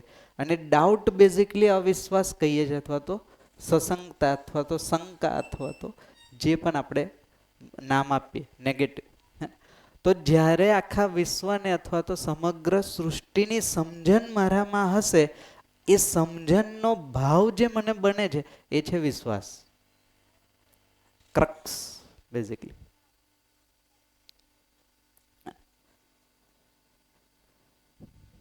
તો સૌથી પહેલા વિશ્વાસ ક્યાં આવશે? પોતાનામાં, હે ને? કારણ કે સૌથી પહેલી સમજ શું છે? હું કોણ છું, હે ને? અહીંયા જોયું તું. તો પહેલા સેલ્ફ કોન્ફિડન્સ આવશે. આ સેલ્ફ કોન્ફિડન્સનું જે મેનિફેસ્ટેશન છે એ પરિવારમાં ભરોસો અથવા તો વિશ્વાસ, સમાજમાં વિશ્વાસ અને પ્રકૃતિ પ્રત્યે વિશ્વાસ. એટલે આ બધા જ લેવલે હું આશ્વસ્ત છું એ પરિણામ છે વિશ્વાસનો ભાવ, જે રહેશે જ. પણ જ્યાં સુધી સમજ નથી ત્યાં સુધી આ હોવા છતાંય રહે નહીં, એટલે આપણામાં છે નહીં. એને મેળવવું પડે એટલે એને સમજવું પડે. એકવાર વસ્તુ સમજાઈ જશે પછી આ બાય ડિફોલ્ટ બનેલું રહેશે, પછી ભૂલ નહીં થાય, અથવા તો પછી આમાં કોઈ ડાઉટ નથી. તો આખા વિશ્વ પ્રત્યેની આશ્વસ્તીને કીધું આપણે વિશ્વાસ, સામાન્ય ભાષામાં કહીએ તો સમજણનું જે પહેલું પરિણામ છે એ વિશ્વાસનો ભાવ છે. એટલે મેં કીધું કે આ આધાર મૂલ્ય છે બેઝિકલી દરેક વ્યક્તિમાં.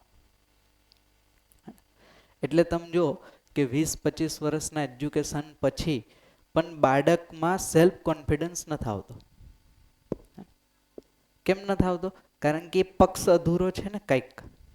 હા, એને કમાવું કેમ એની વસ્તુ સ્કિલ આવડી ગઈ, હે ને, બટ જીવવું કેમ એ નથી ખબર, એટલે વિશ્વાસ બને જ નહીં ક્યારેય. હે ને? તો વિશ્વાસ બે રેફરન્સમાં કહેતા હોય જનરલી. એક જે સ્કિલ વાળો પાર્ટ છે, હે ને, જેને આપણે આવડત કહીએ છીએ, અને બીજું ટેકનિકલી વેલ્યુ વાળો પાર્ટ છે, હે ને, જેને આપણે મૂલ્ય કહીએ. તો એજ્યુકેશનથી આવડત તો આવી જશે નાની મોટી, બટ આ વસ્તુ મિસિંગ છે. તો જ્યારે વિશ્વાસ ભાવની વાત કરીએ છીએ તો વિશ્વાસ આ ભાવની વાત કરીએ છીએ આપણે, આ નથી કહેતા. આ તો રિપીટેડલી એક્શન છે, પ્રેક્ટિસ. રિપીટેડલી એક્શન વિશ્વાસ નથી. જેમ આપણે કીધું કે રેસ્ટોરન્ટમાં જઈએ અને આપણે નિરાતે જમીએ છીએ, એ બેઝિકલી સામેવાળાની સ્કિલ છે, જેને તમે માનીને ચાલો છો કે આવું તો નહીં જ કરે. એ જ રીતના ટ્રાવેલિંગ કરતા હોય તો બસ ડ્રાઈવર છે એની સ્કિલ છે, જેના પર તમે માનીને ચાલો છો કે આવું તો નહીં જ કરે. અને માની લો એક સમય માટે બાજુવાળા વ્યક્તિ એવું કીધું કે આ ડ્રાઈવર 3 દિવસથી સૂતો નથી. હવે તમે જ્યારે ઊભી રાખશે ને ત્યારે ઉતરી જશો કે હું બીજી રીતના જતો રહીશ, પણ હા બસમાં નહીં. તો ત્યારે વિશ્વાસ નથી. તો એ કન્ડિશનલ છે. એ કન્ડિશનલ વસ્તુ બેઝિકલી આવડત પર આધાર રાખે. તો અત્યારે તમે જોશો તો આપણે જેના પર ભરોસો વિશ્વાસ કરીએ અને જે આપણા પર ભરોસો વિશ્વાસ કરે એ કોઈ આવડતના આધારે ચાલે છે. બધું સમજવાળો પક્ષ નથી એમાં, હે ને. બાળક માતા પિતા પર ભરોસો કરે તો કયા આધારે કરે? માતા પિતાની આવડત જે અત્યારે કરે છે, હે ને. એક સમયે યોગ્યતા નહીં દેખાય એટલે ખતમ. તો એ સ્કિલ બેઝ, આવડત બેઝ. જેમ કે એક સામાન્ય ઉદાહરણ આપું, આપણે આ જનરલી કહેતા હોય, હે ને, જેમ બાળકને પિતા ઉછાળે તો બાળક નિરાશ છે કે મને પડવા નહીં દે, તો બેઝિકલી પિતાજી ઉછાળે તો એની આવડત છે ને, સ્કિલ છે. પણ જિંદગીમાં નહીં પડવા દે એની ગેરંટી બાળકને નથી આવતો એ વિશ્વાસ, હે ને. કારણ કે જિંદગીમાં તો એ જુએ છે કે એમનાથી જ નથી સંભળતી, હે ને, એમના જ રિલેશનશિપમાં પ્રોબ્લેમ છે, તો ત્યાં વિશ્વાસ નહીં આવે. કારણ કે એ આવડતનો વસ્તુ નથી. તમે પ્રેક્ટિસ કરીને વિશ્વાસ ન લાવી શકો, હે ને. તો અત્યારે જે પરંપરામાં વિશ્વાસ લાવવાની જે મોડલ્સ છે તમે જોશો તો શિષ્ટાચાર છે, ડિસિપ્લિન, જેનાથી વિશ્વાસ મેળવવાનો પ્રયત્ન કર્યો છે.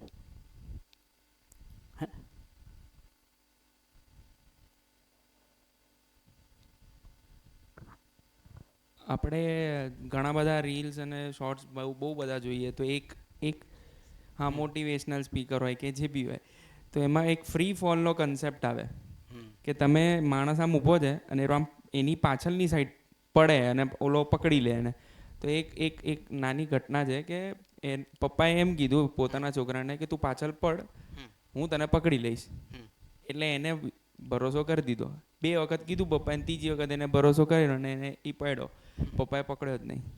પપ્પાએ કીધું જીવનનો સૌથી પહેલો નિયમ કે કોઈના ઉપર ભરોસો નહીં કરવાનો. પણ એને ખબર નથી કે એને પોતા ઉપર તો ભરોસો કરવો હતો.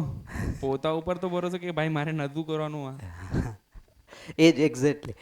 તો એ પોતાનામાં જ નથી એટલે ડિપેન્ડ થઈ જાય છે ને, પપ્પા પકડશે તો હું આ કરીશ. આ સેમ રીલ છે ને, મેં એક મોટિવેશનલ સ્પીકર હતા હા અને એમને આપણે પેલી જાપાનીઝ પેલી છે ને જે કરાટેમાં બૌદ્ધિઝમમાં નથી પેલો કુંફુ કે એને સાવલીન. હા એની ટ્રેનિંગ આલતી વખતે એ લોકો આ પહેલી શીખ આપતા હોય છે અને એ શીખની અંદર આ ટ્રેનિંગ આપતા હોય છે કે ભાઈ કોઈના ઉપર ભરોસો કરવો નહીં.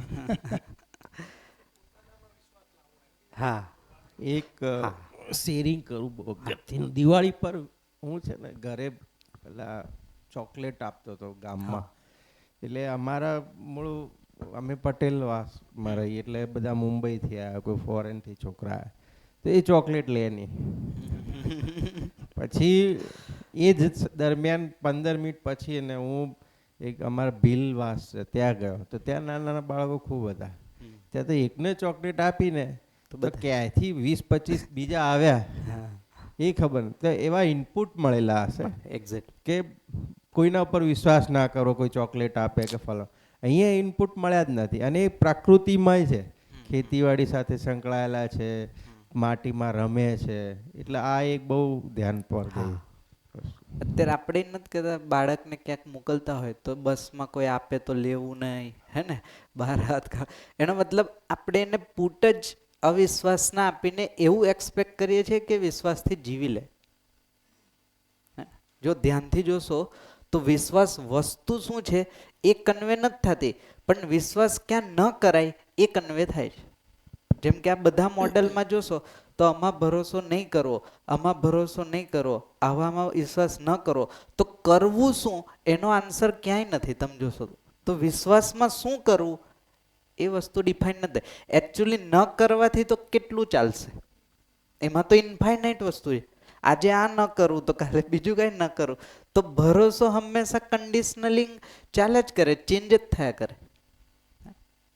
ધ્યાનથી જોશો તો આજે પણ આપણે અવિશ્વાસને રેફરન્સ આપીને વિશ્વાસ સમજવાનો પ્રયત્ન કરીએ છીએ આજની તારીખમાં, હે ને.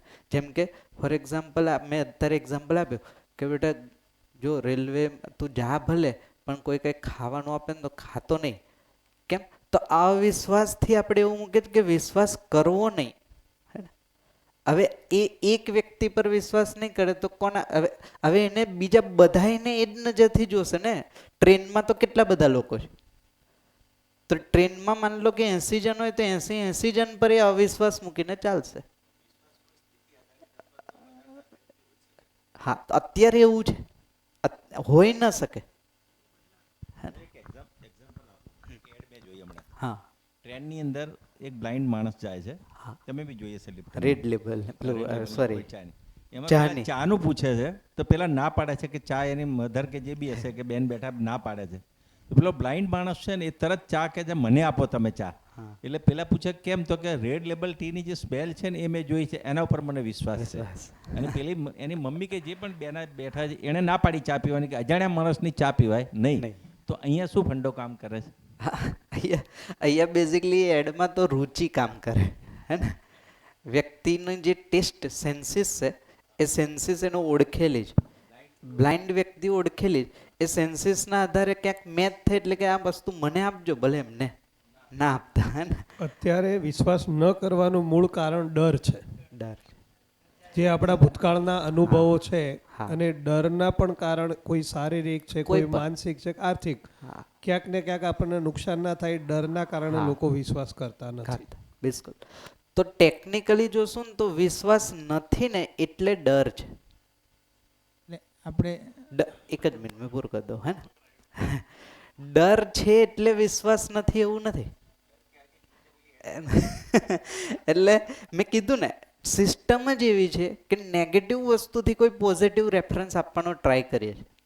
એકચ્યુઅલી એવું છે કે વિશ્વાસ હશે ને તો કોઈ પ્રકારના ભય જ નથી અથવા તો ડર નથી.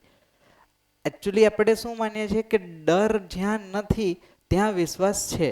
તો તમે તો કેટલા ડરને ફાઇન્ડ કરવા જશો, હે ને. એટલે આમાં એક પેલું સૂત્ર કામ કરે ને, ગલતી મેં અનેક હા और સહી મેં એક. એટલે રિયલમાં શું છે કે જે નેગેટિવ વસ્તુ છે એનું માર્કેટિંગ બહુ થયું છે. મતલબ જ્યાં પણ એજ્યુકેશન લો કે કોઈ પણ જગ્યાએ કે નેગેટિવ વસ્તુને એક્સપ્લેન થઈ જાવ. નેગેટિવ મતલબ કે સમાધાનનું ના હોવું, એટલે કે ગલતીઓ. તો ગલતીઓ તો ઇન્ફાઇનાઇટ છે, એટલે એનો ક્યારે એન્ડ નહીં આવે. એટલે પ્રેક્ટિસ જે થવી જોઈએ ને એ નેગેટિવિટીથી પોઝિટિવિટી તરફ એ અશક્ય કામ છે. સાચાનો રેફરન્સ મળશે તો પેલું ઓટોમેટિક ડાયલ્યુટ થઈ જવાનું છે. એ છે જ નહીં. જ્યારે સાચાનો રેફરન્સ છે ત્યારે એ વસ્તુ જ નથી, એટલે દેખાય જ નહીં. જેમ કે ફોર એક્ઝામ્પલ જ્યારે વિશ્વાસ છે, તમે ધ્યાનથી ઓબ્ઝર્વ કરજો, આજે પણ એના ભાસ આપણી પાસે છે, વસ્તુ નથી, વસ્તુનો ભાસ છે. જેમ કે જ્યારે વિશ્વાસ છે ને ત્યાં શંકા નથી. તમે આજે જો જેના પર તમે ટેમ્પરરી પણ ભાસના રૂપમાં પણ વિશ્વાસ કરો છો, હે ને, જ્યાં વિશ્વાસ ખાલી મૂકવાનો પ્રયત્ન પણ કરીએ છીએ ને ત્યાં ડાઉટ ન હોય. જેવો ડાઉટ થશે ત્યાં વિશ્વાસ નહીં હોય, હે ને. તો કહેવાનો મતલબ કે જે નેગેટિવ વસ્તુ અત્યારે આપણે દેખાય છે એ બેઝિકલી એ વસ્તુનો અભાવ છે, આ ઇન્ડિકેશન છે.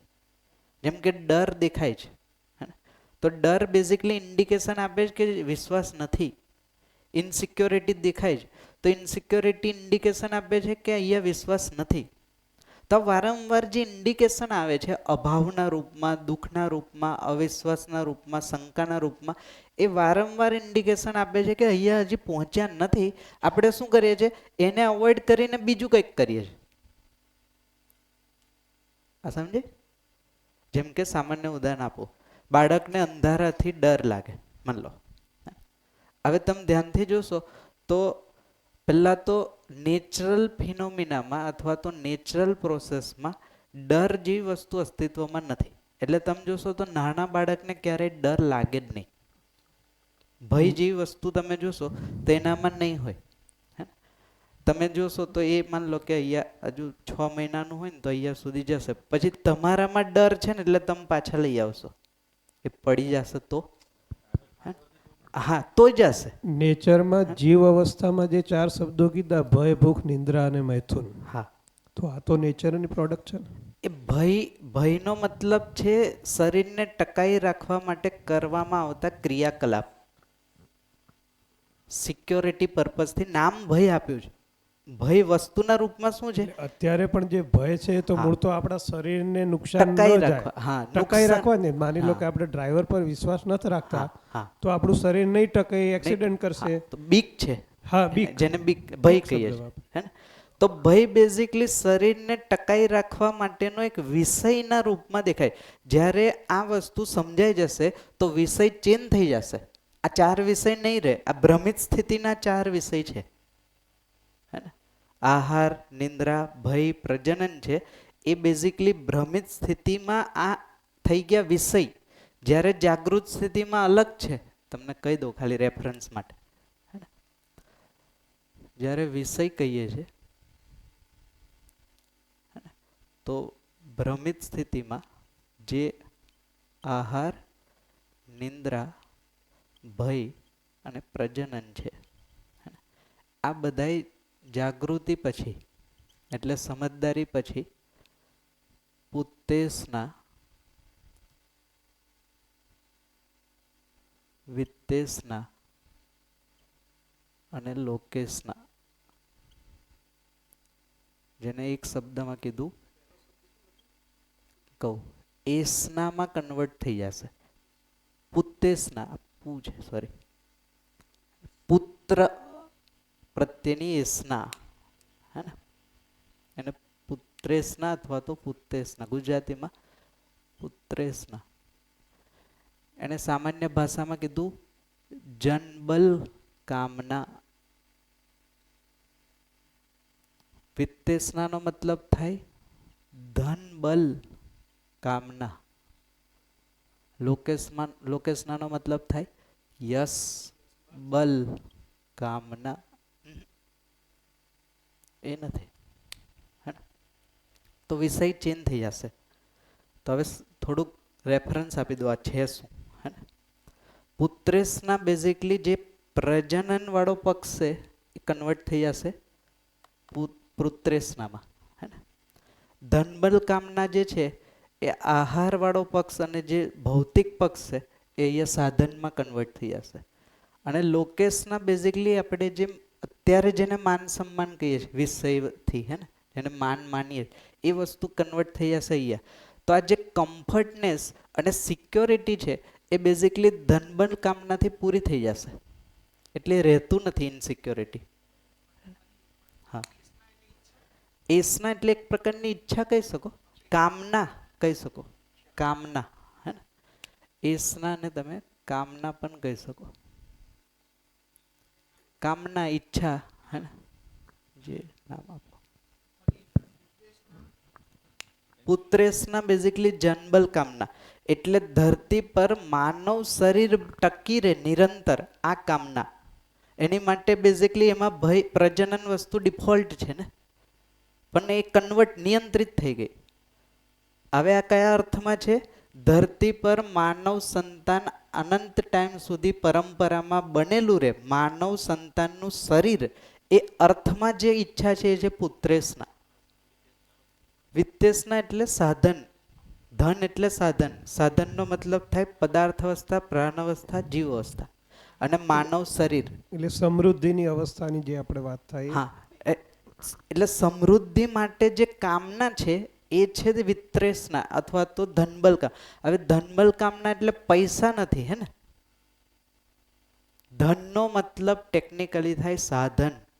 સાધન તન, મન અને ધન, આ ત્રણથી ડિફાઇન થાય. જ્યારે તન કહીએ છીએ તો શરીર, શરીર જ્યારે કહીએ છીએ તો પદાર્થ અવસ્થા, પ્રાણ અવસ્થા અને જીવ અવસ્થા. તો આ ધરતી પર ચારેય અવસ્થા નિરંતર બનેલી રહે એ કામના એટલે ધનબલ કામના બેઝિકલી. અને હા, લોકેશના ને જણાવો. આ ધરતી પર માનવ પરંપરા બનેલી રહે એની માટે જે પણ જ્ઞાન છે એ જ્ઞાનનો જે ફેલાવ છે એ ફેલાવને કીધો યશ. એ વ્યક્તિ થકી જ થશે ને. તો એ યશ બલ કામનાનો મતલબ છે જે વસ્તુ મને સમજમાં આવી એ વસ્તુ બધાય માણસ સુધી ફેલાય, એ ફેલાવની જે કામના છે એ છે યશબલ કામના, જે સન્માન સાથે જોડાયેલી નથી ટેકનિકલી.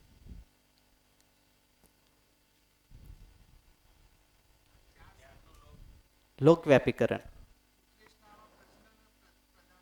પ્રજનન પ્રધાન, એમાં કંટ્રોલ નિયંત્રિત થઈ જશે. આહાર છે અને જેટલા પણ ભૌતિક પક્ષ છે એ બધાય, હે ને. કમ્ફર્ટનેસ પણ આવી ગયું, નિંદ્રા, હે ને. નિંદ્રા એક પ્રકારનું કમ્ફર્ટનેસ છે જે ભૌતિક વસ્તુથી આપણને મળતું હોય. હા, બધાયમાં આવી જશે. પુત્રેશના પણ પ્રધાનતઃ આ છે, પ્રધાન પ્રજનન, હે ને.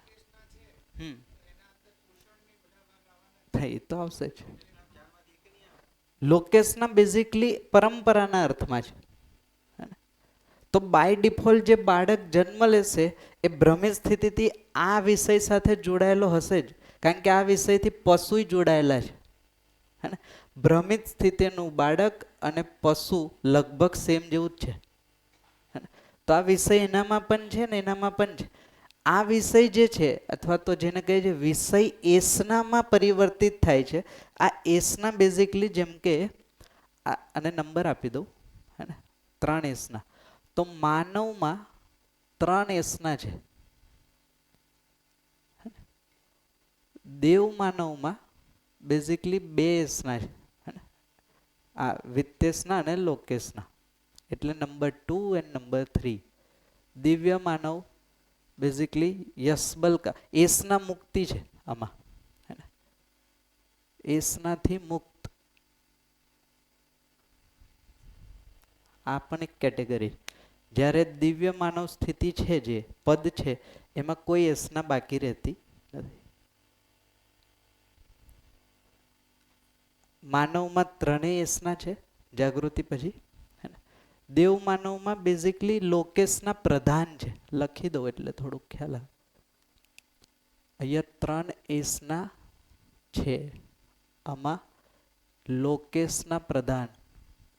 લોકેશના પ્રધાનનો મતલબ છે આ બે તો છે જ, પણ પ્રધાનતઃ એ જેની માટે કામ કરશે એ યશબલ કામના, લોકવ્યાપીકરણ અથવા તો આની પરંપરા રે. દેવ માનવનો મૂળ આશય છે કે જાગૃત માનવ પરંપરા ધરતી પર બનેલી રહે, એની જવાબદારી છે. તો એની માટેની જે યસના છે એ યસબલ કામ. જ્યારે દિવ્ય માનવ યસનાથી મુક્ત છે, કારણ કે એ વસ્તુ એને જોઈ લીધી છે, પરંપરા ઓલરેડી છે.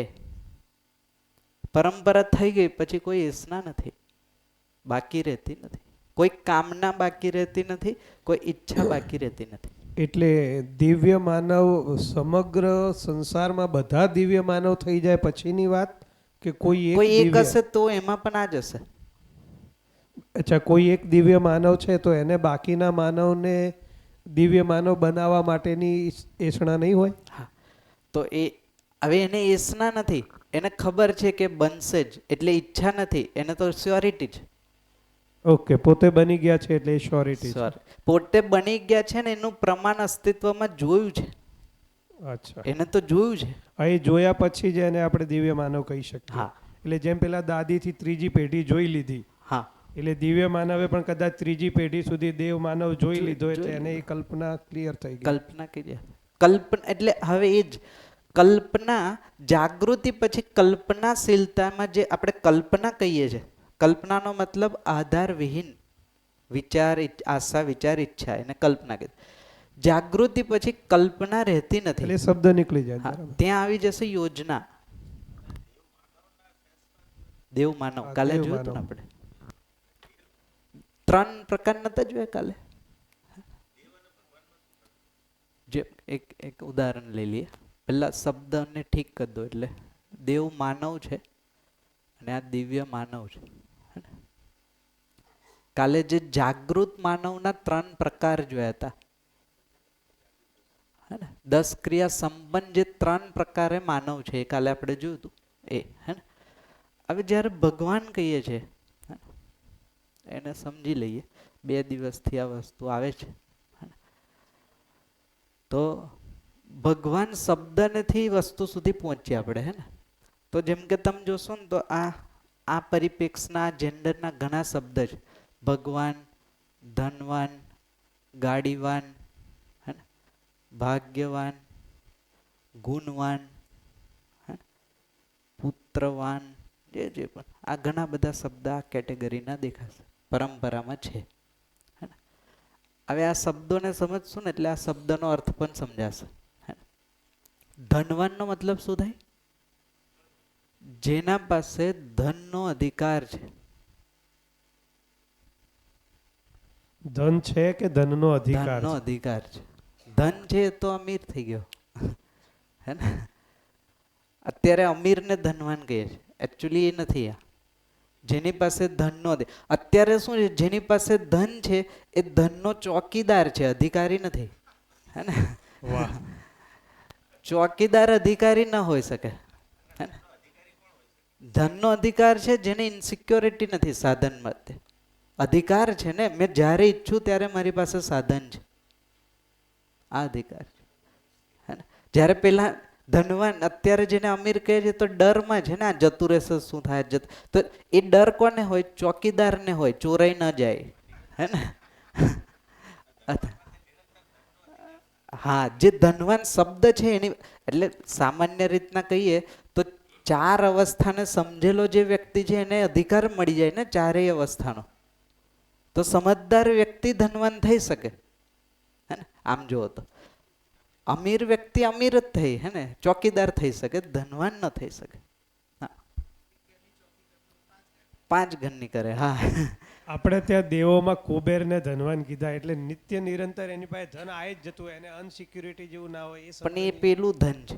હા, એટલે ડિફાઇન ન કરીએ કારણ કે એનો મિનિંગ નથી કોઈ. ગાડીવાનનો મતલબ શું થાય? જેને ગાડીનો અધિકાર, જેને આપણે ડ્રાઈવર કહીએ છીએ બેઝિકલી, જેને ગાડી સમજાય છે, અને ગાડી જેને સમજાય એને કહે છે ગાડીવાન, જે એનું વહન કરે છે બેઝિકલી. ભાગ્યવાન, જેને ભાગ્ય સમજાય છે, જેના પર ભાગ્યનો અધિકાર જેની પાસે છે એને કહે ભાગ્યવાન. ગુણવાન, જેને ગુણનું સમજન છે, જે સમજનથી અધિકાર આવે, ઇન શોર્ટ એને કીધું ગુણવાન. પુત્રવાન, પુત્ર પર જેનો અધિકાર છે એને કીધું પુત્રવાન. એ જ રીતના ભગવાનમાં ભગ શબ્દ ભવથી બન્યો જે તે સમય. ભવ એટલે હોવું અને હોવું એટલે આખું અસ્તિત્વ. જેને અસ્તિત્વની સમજ છે એ સમજથી જેનામાં એ અધિકાર છે એ અધિકારવાળા વ્યક્તિને કીધું, માનવને કીધું ભગવાન. તો ભગવાન બેઝિકલી માનવ છે ટેકનિકલી કહીએ તો. દરેક જન્મ એ અપેક્ષા છે કે હું ભગવાન થઈ જાઉં, આ ડિફોલ્ટ અપેક્ષા છે. અને ભગવાન થયા વિના ચાલે નહીં, હે ને, એનાથી અધૂરામાં ચાલે નહીં.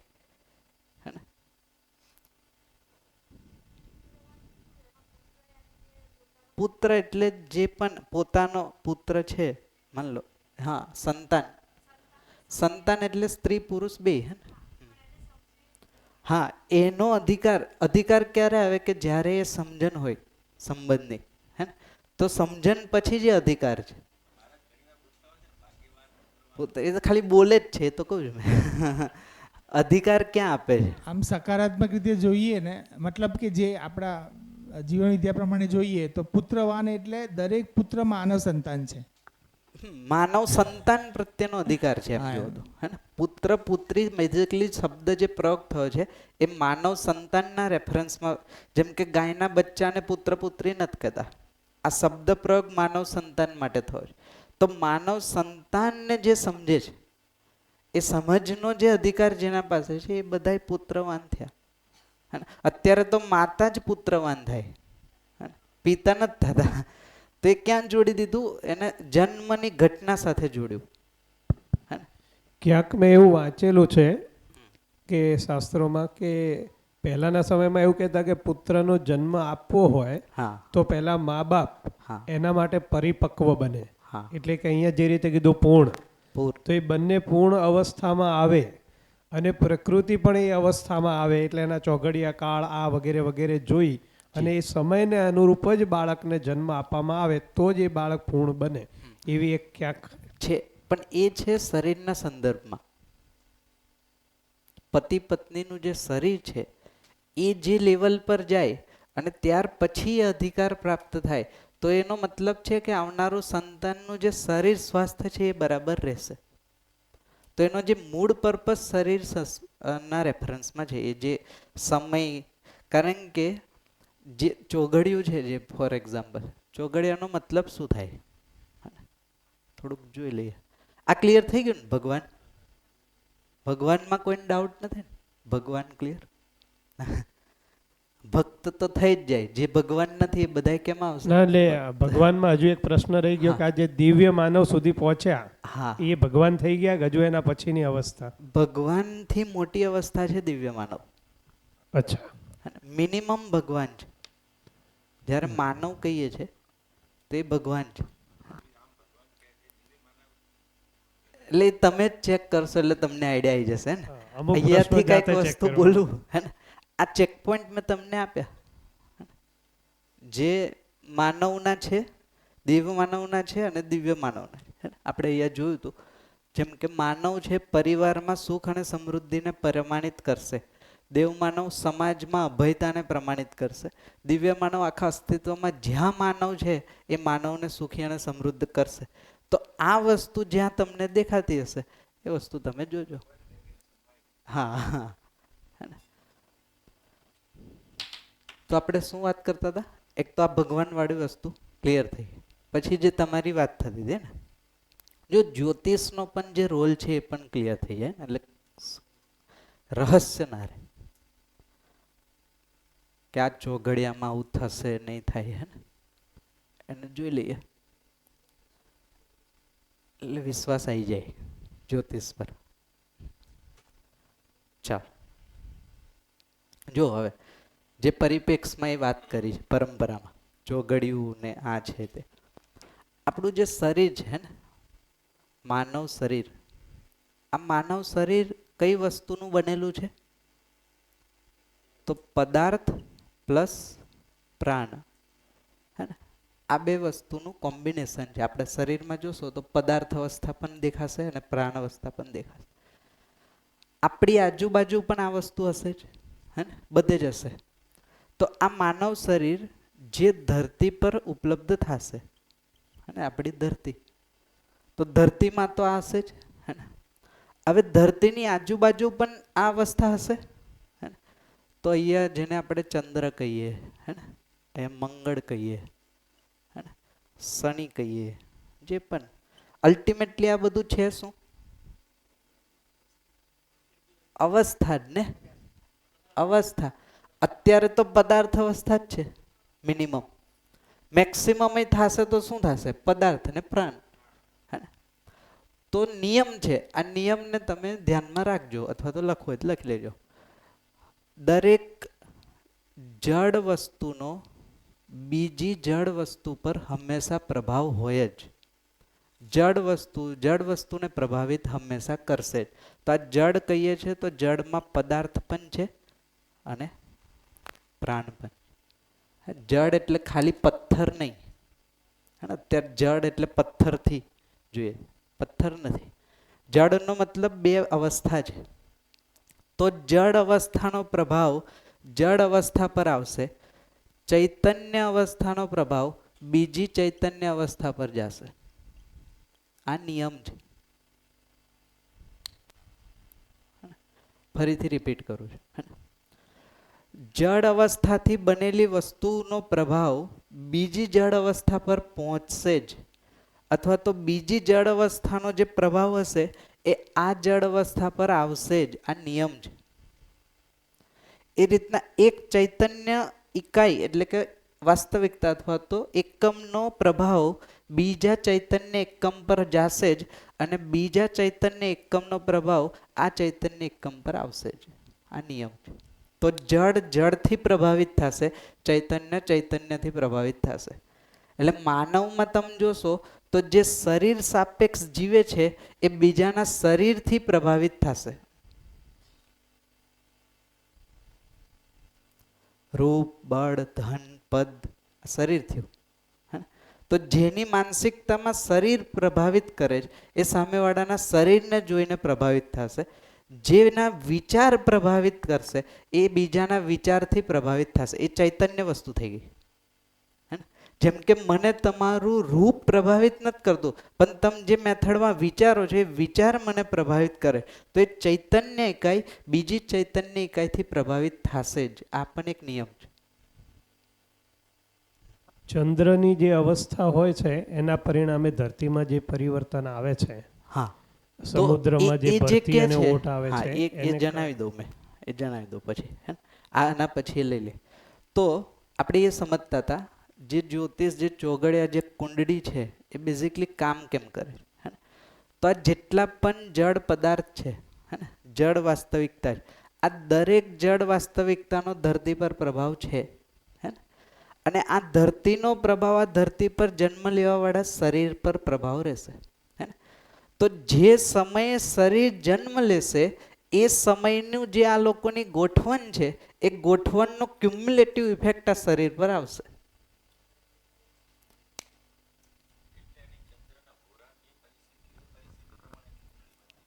હા, એટલે એ કુંડળી બને ને સમયને જે જોવે એ બેઝિકલી એ સમયે એની સ્થિતિ જોવે છે કે ચંદ્ર કઈ જગ્યાએ છે, શનિ કઈ જગ્યાએ, મંગળ કઈ, લોન્જિટ્યુડ, લેટિટ્યુડ. હે ને? તો એક્ઝેક્ટલી એનું સ્થાન જોશે. આ સ્થાન, હે ને, અક્ષાંશ રેખાંશ. હા, તો એ જે સ્થાન છે એ સ્થાનમાં હોવાથી એનો પ્રભાવ અલગ છે. આ સ્થાન ચેન્જ થઈ જશે તો એનો પ્રભાવ અલગ થઈ જશે. તો દરેક જડ વસ્તુનો બીજી જડ વસ્તુ પર પ્રભાવ પડે એટલે આનું જે સ્ટ્રક્ચર જે બને મારા જન્મ વખતે એ સ્ટ્રક્ચરનો પ્રભાવ મારા શરીર સુધી સીમિત છે, મારા જીવનમાં નહીં આવે. આ ભ્રમ છે. જે અત્યારે ગેપ છે, હે ને, 7:30 ચાલે તો તમે દુઃખી થશો, દુઃખી નહીં થાય ને. દુઃખ તો ચૈતન્ય વસ્તુ છે ને, જીવન પ્રભાવ મેક્સિમમ શરીર સુધી છે, શરીરથી ઉપર નથી. પણ હું જ્યારે મારા શરીરને હું છું એવું માનીને ચાલીશ તો એનાથી હું પ્રભાવિત થઈશ. આ ખ્યાલ આવે છે? એટલે સમજણા માણસને જન્મ કુંડળી નડતી નથી, ગ્રહ ગોલ નડતા નથી. શરીરની ઇફેક્ટ તો રહેશે. એટલે શરીરમાં રહે, ક્યાંક આર્થિક રહે, પણ માનસિક ઇફેક્ટ જો સમજણો છે તો નહીં આવે. નહીં, એક સામાન્ય ઉદાહરણ આપો. જેમ કે તમે તમારી કુંડળી બતાવો, પછી તમને રિફર કરવામાં આવે, તમે આ પ્રકારનો મની અથવા તો ધાતુને ધારણ કરજો, હે ને, ડાયમંડ કે હે ને, જેમ્સ કે, અથવા તો સોના સાથે પહેરો, ચાંદી સાથે પહેરો, એવું કે, હે ને, તમે જોયું હશે આવું, તમે વાત. એ શું કામ હોય? તો આ જે પ્રભાવ છે ને આ બધાનો, એ પ્રભાવને બેલેન્સ કરવાનું કામ મની ધાતુ કરે છે બેઝિકલી. તો તમારું શરીરમાં એ વસ્તુ તમે પહેરશો ને તો એનો પ્રભાવ સંતુલનમાં રહેશે. એટલે જે પહેલી વાર એ વસ્તુને ગ્રહણ કરે ને એને કે તમે પહેલાં 15-20 દિવસ પહેરીને જુઓ, જો ટેમ્પરેચર શરીરનું ઠીક રહે છે તો પછી એ તમને સૂટ થઈ જશે, પછી તમે એને પહેરી શકો. તો જેમ્સ જે છે એનું કામ શું છે? એ જે કિરણ હોય, કિરણ, એ કિરણને કાં તો ગ્રહણ કરશે, કિરણને કાં તો રિફ્લેક્ટ કરશે, આ કામ છે. તો જે તમારા શરીરમાં માન લો કે, એટલે નામ આપે, શનિ માટે આ જેમ્સ પહેરો, ચંદ્ર માટે આ પહેરો. તો ચંદ્રનો પ્રભાવ જો તમારા શરીરને અનબેલેન્સ કરતો હોય તો એ ડાયમંડ પહેરવાથી એના જે કિરણ છે એને રિફ્લેક્ટ કરી દે, એટલે તમારું શરીરનું ટેમ્પરેચર મેન્ટેન રહે. આટલું જ કામ છે ખાલી. જે રીતે વીજળી પડતી હોય ને એને રોકવા માટે જે વ્યવસ્થા છે એ જ વ્યવસ્થા, એવું કહીએ તો પણ ચાલે. હા, બસ એવું છે. તો શરીરના તાપમાનને જાળવી રાખવા માટે આ બધા એટલે એને કેટેગરી આપી છે અલંકાર. આહાર, આવાસ અને અલંકાર. તો અલંકાર બેઝિકલી શરીરના સ્વાસ્થ્ય માટે જે ઘરેના છે, અને સોનું શરીરને ટચ કરશે તો એની ઇફેક્ટ ટેમ્પરેચરમાં અલગ હશે, ચાંદી શરીરને ટચ કરશે એની ઇફેક્ટ શરીરમાં અલગ હશે, લોહુ શરીરને ટચ કરશે તો એની ઇફેક્ટ.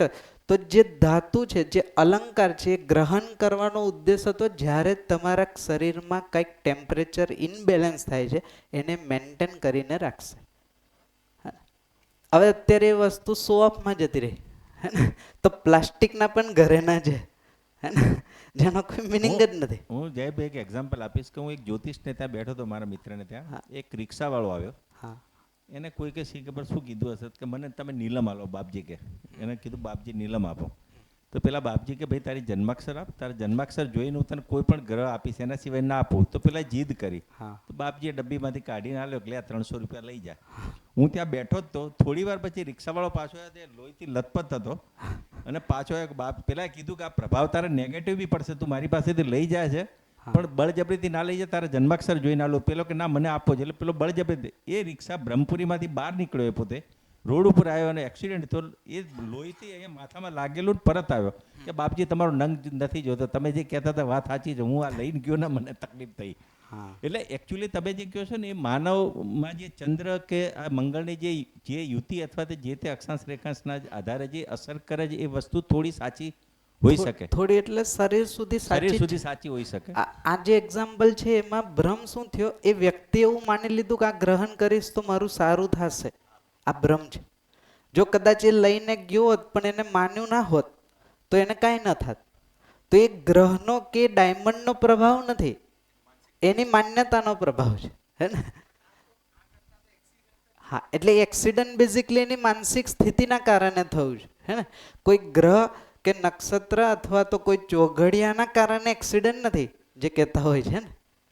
તો એ એક્સિડન્ટ નથી, એ ચૈતન્યનો પ્રભાવ છે, કોઈ ઇન્સિડન્ટ છે એક પ્રકાર, પણ માની લેવાનો પ્રભાવ. હું શરીર છું, હા, એટલે માની લીધું. હા, અને પછી એ વસ્તુ પુષ્ટ થઈ ગઈ. હા, મહારાજે સાચું કીધું હતું. એકચ્યુઅલી એનું ધ્યાન નહોતું એટલે રિક્ષા અથડાઈ, હે ને, એસ્ટાબ્લિશ થઈ ગયું. હા, એટલે માઇક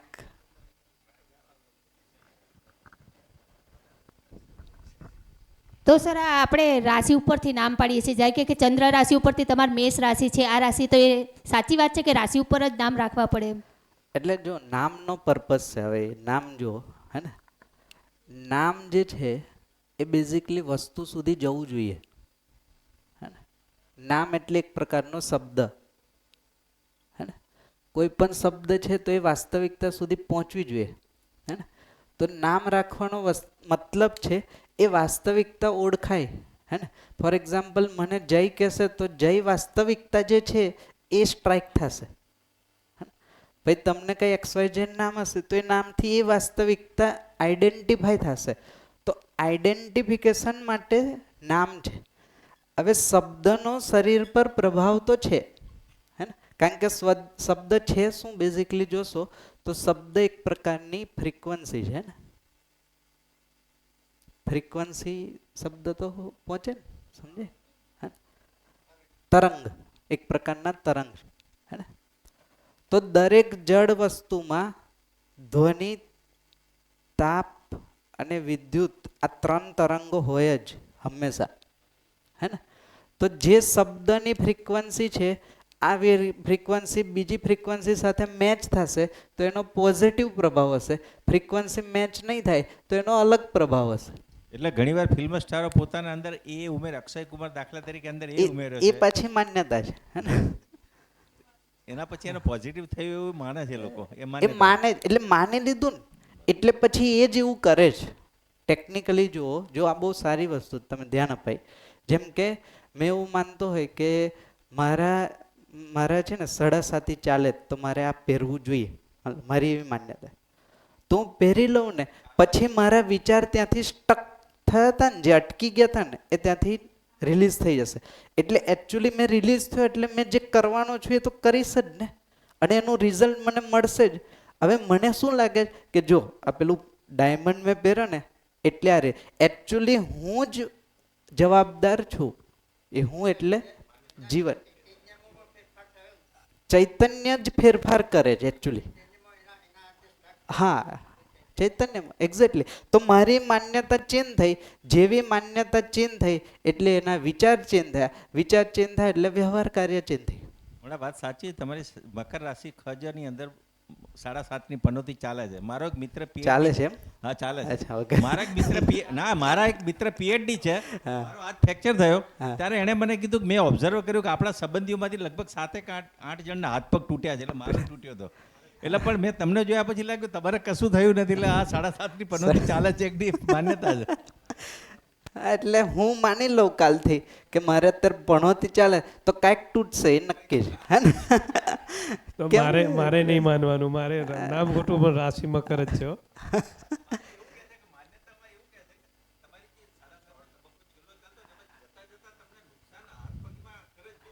હા, શોર્ટ બ્રેક છે. હવે શોર્ટ બ્રેક લઈ લઈએ. એક 10 મિનિટનો બ્રેક લઈ લઈએ. હા, પદાર્થ એ જો એ જડ વસ્તુનો પ્રભાવ હું એવું માની લઉં છું કે આ મારે ઇફેક્ટ કરશે તો બેઝિકલી મારી ઇફેક્ટ છે જે બહાર દેખાય છે. બાકી શરીર સુધી બહુ તો શું થાય મેં તમને જણાવી દઉં, હે ને. ટેકનિકલી માની લો કે તમે આ બધી વસ્તુ ન કરો તો તમને થોડો તાવ આવે, હે ને. શરીરનું ટેમ્પરેચર વધી જાય કાં તો થોડી ઠંડી લાગે, શરીરનું ટેમ્પરેચર ઘટી. આનાથી વિશેષ તમને કાંઈ નહીં થાય, એટલે ચિંતા નહીં કરવાની. કદાચ કાંઈ ન માનો તો કશું આનાથી વધારે કાંઈ નહીં થાય. અમે હા એ હવે લગ્ન તો માન્ય, પતિ પત્ની સંબંધ તો અહીંયા જ જોડાયેલ.